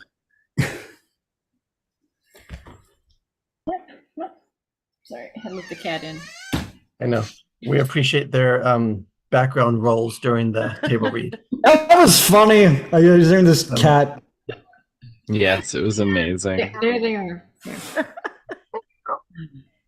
Well, when you have 7 of them, it's that the likelihood of one of them not meowing is pretty small. Very low. It still won't be the time where we just had to listen in pain for you as things just kept getting knocked down in the back and breaking as we're trying to read this script, and there's just so many glass and stuff shattering. That was the Avengers, wasn't it? It was. Yeah. It was quite fitting. We With needed sound that. effects. Yep. Thankfully, they didn't break too much. So they knocked the jar off the thing and broke the lid, but not the jar itself. Oh, that's interesting. Yeah. Today they've been mostly well behaved, but yeah. Mute button, only works when you don't have a line. So. Oh well, we've been chatting for like another 48 or so minutes. So we should probably wrap this up, and I'll put Yes. another event page up for next week. See if we get any more Perfect. other signups. And then after that, we have only Maybe murders we- in the building. Oh, It should be shorter because it's a pilot episode of a television series. So I haven't looked at the script yet, but I'm I so know sad I'll have to miss that one. comedy mystery, murder mystery, supposedly. So whatever that entails. Well, it was an excellent after talk. Yeah, It great. was. Mm-hmm. Definitely. Hopefully, I'll see most of you next week, or the week after, or in the weeks coming thereof, and do some more reading. This is fun. Yes, It's thank you. always fun. Thank you so Always. much for offering this. Thank you, Kat, and everyone. Yes, Have thank fun you. just taking over from Jacob. He's your instigator. It was great having your contribution, Skylar. Excellent. Yes. Yes, it was a lot. I loved your characters. Oh my It was a lot of fun. The Yeah, plot. yeah, I don't know when I'll be back. Whenever my schedule permits, and I see something that's like, oh, that'd be fun to do, kill some time. I mean, it's possible. I'll just keep my eyes out, and yeah, we'll see how it goes. Yep. Same with Shakespeare on Saturdays. So Yeah, same with Shakespeare. I mean, yeah, for Shakespeare, yeah, I'm considering directing Lear whenever you do that. Maybe. Is it'll that be mid somewhere down halfway down the schedule, wherever that is, because it's right, if the timing works out, because that is my favorite. But cool. All right. Well, we'll Nice. say goodnight to you all, and Have a great night. yep, we will see you soon. See you soon. Bye. Bye. Goonies never Bye. die. Have fun storming the castle.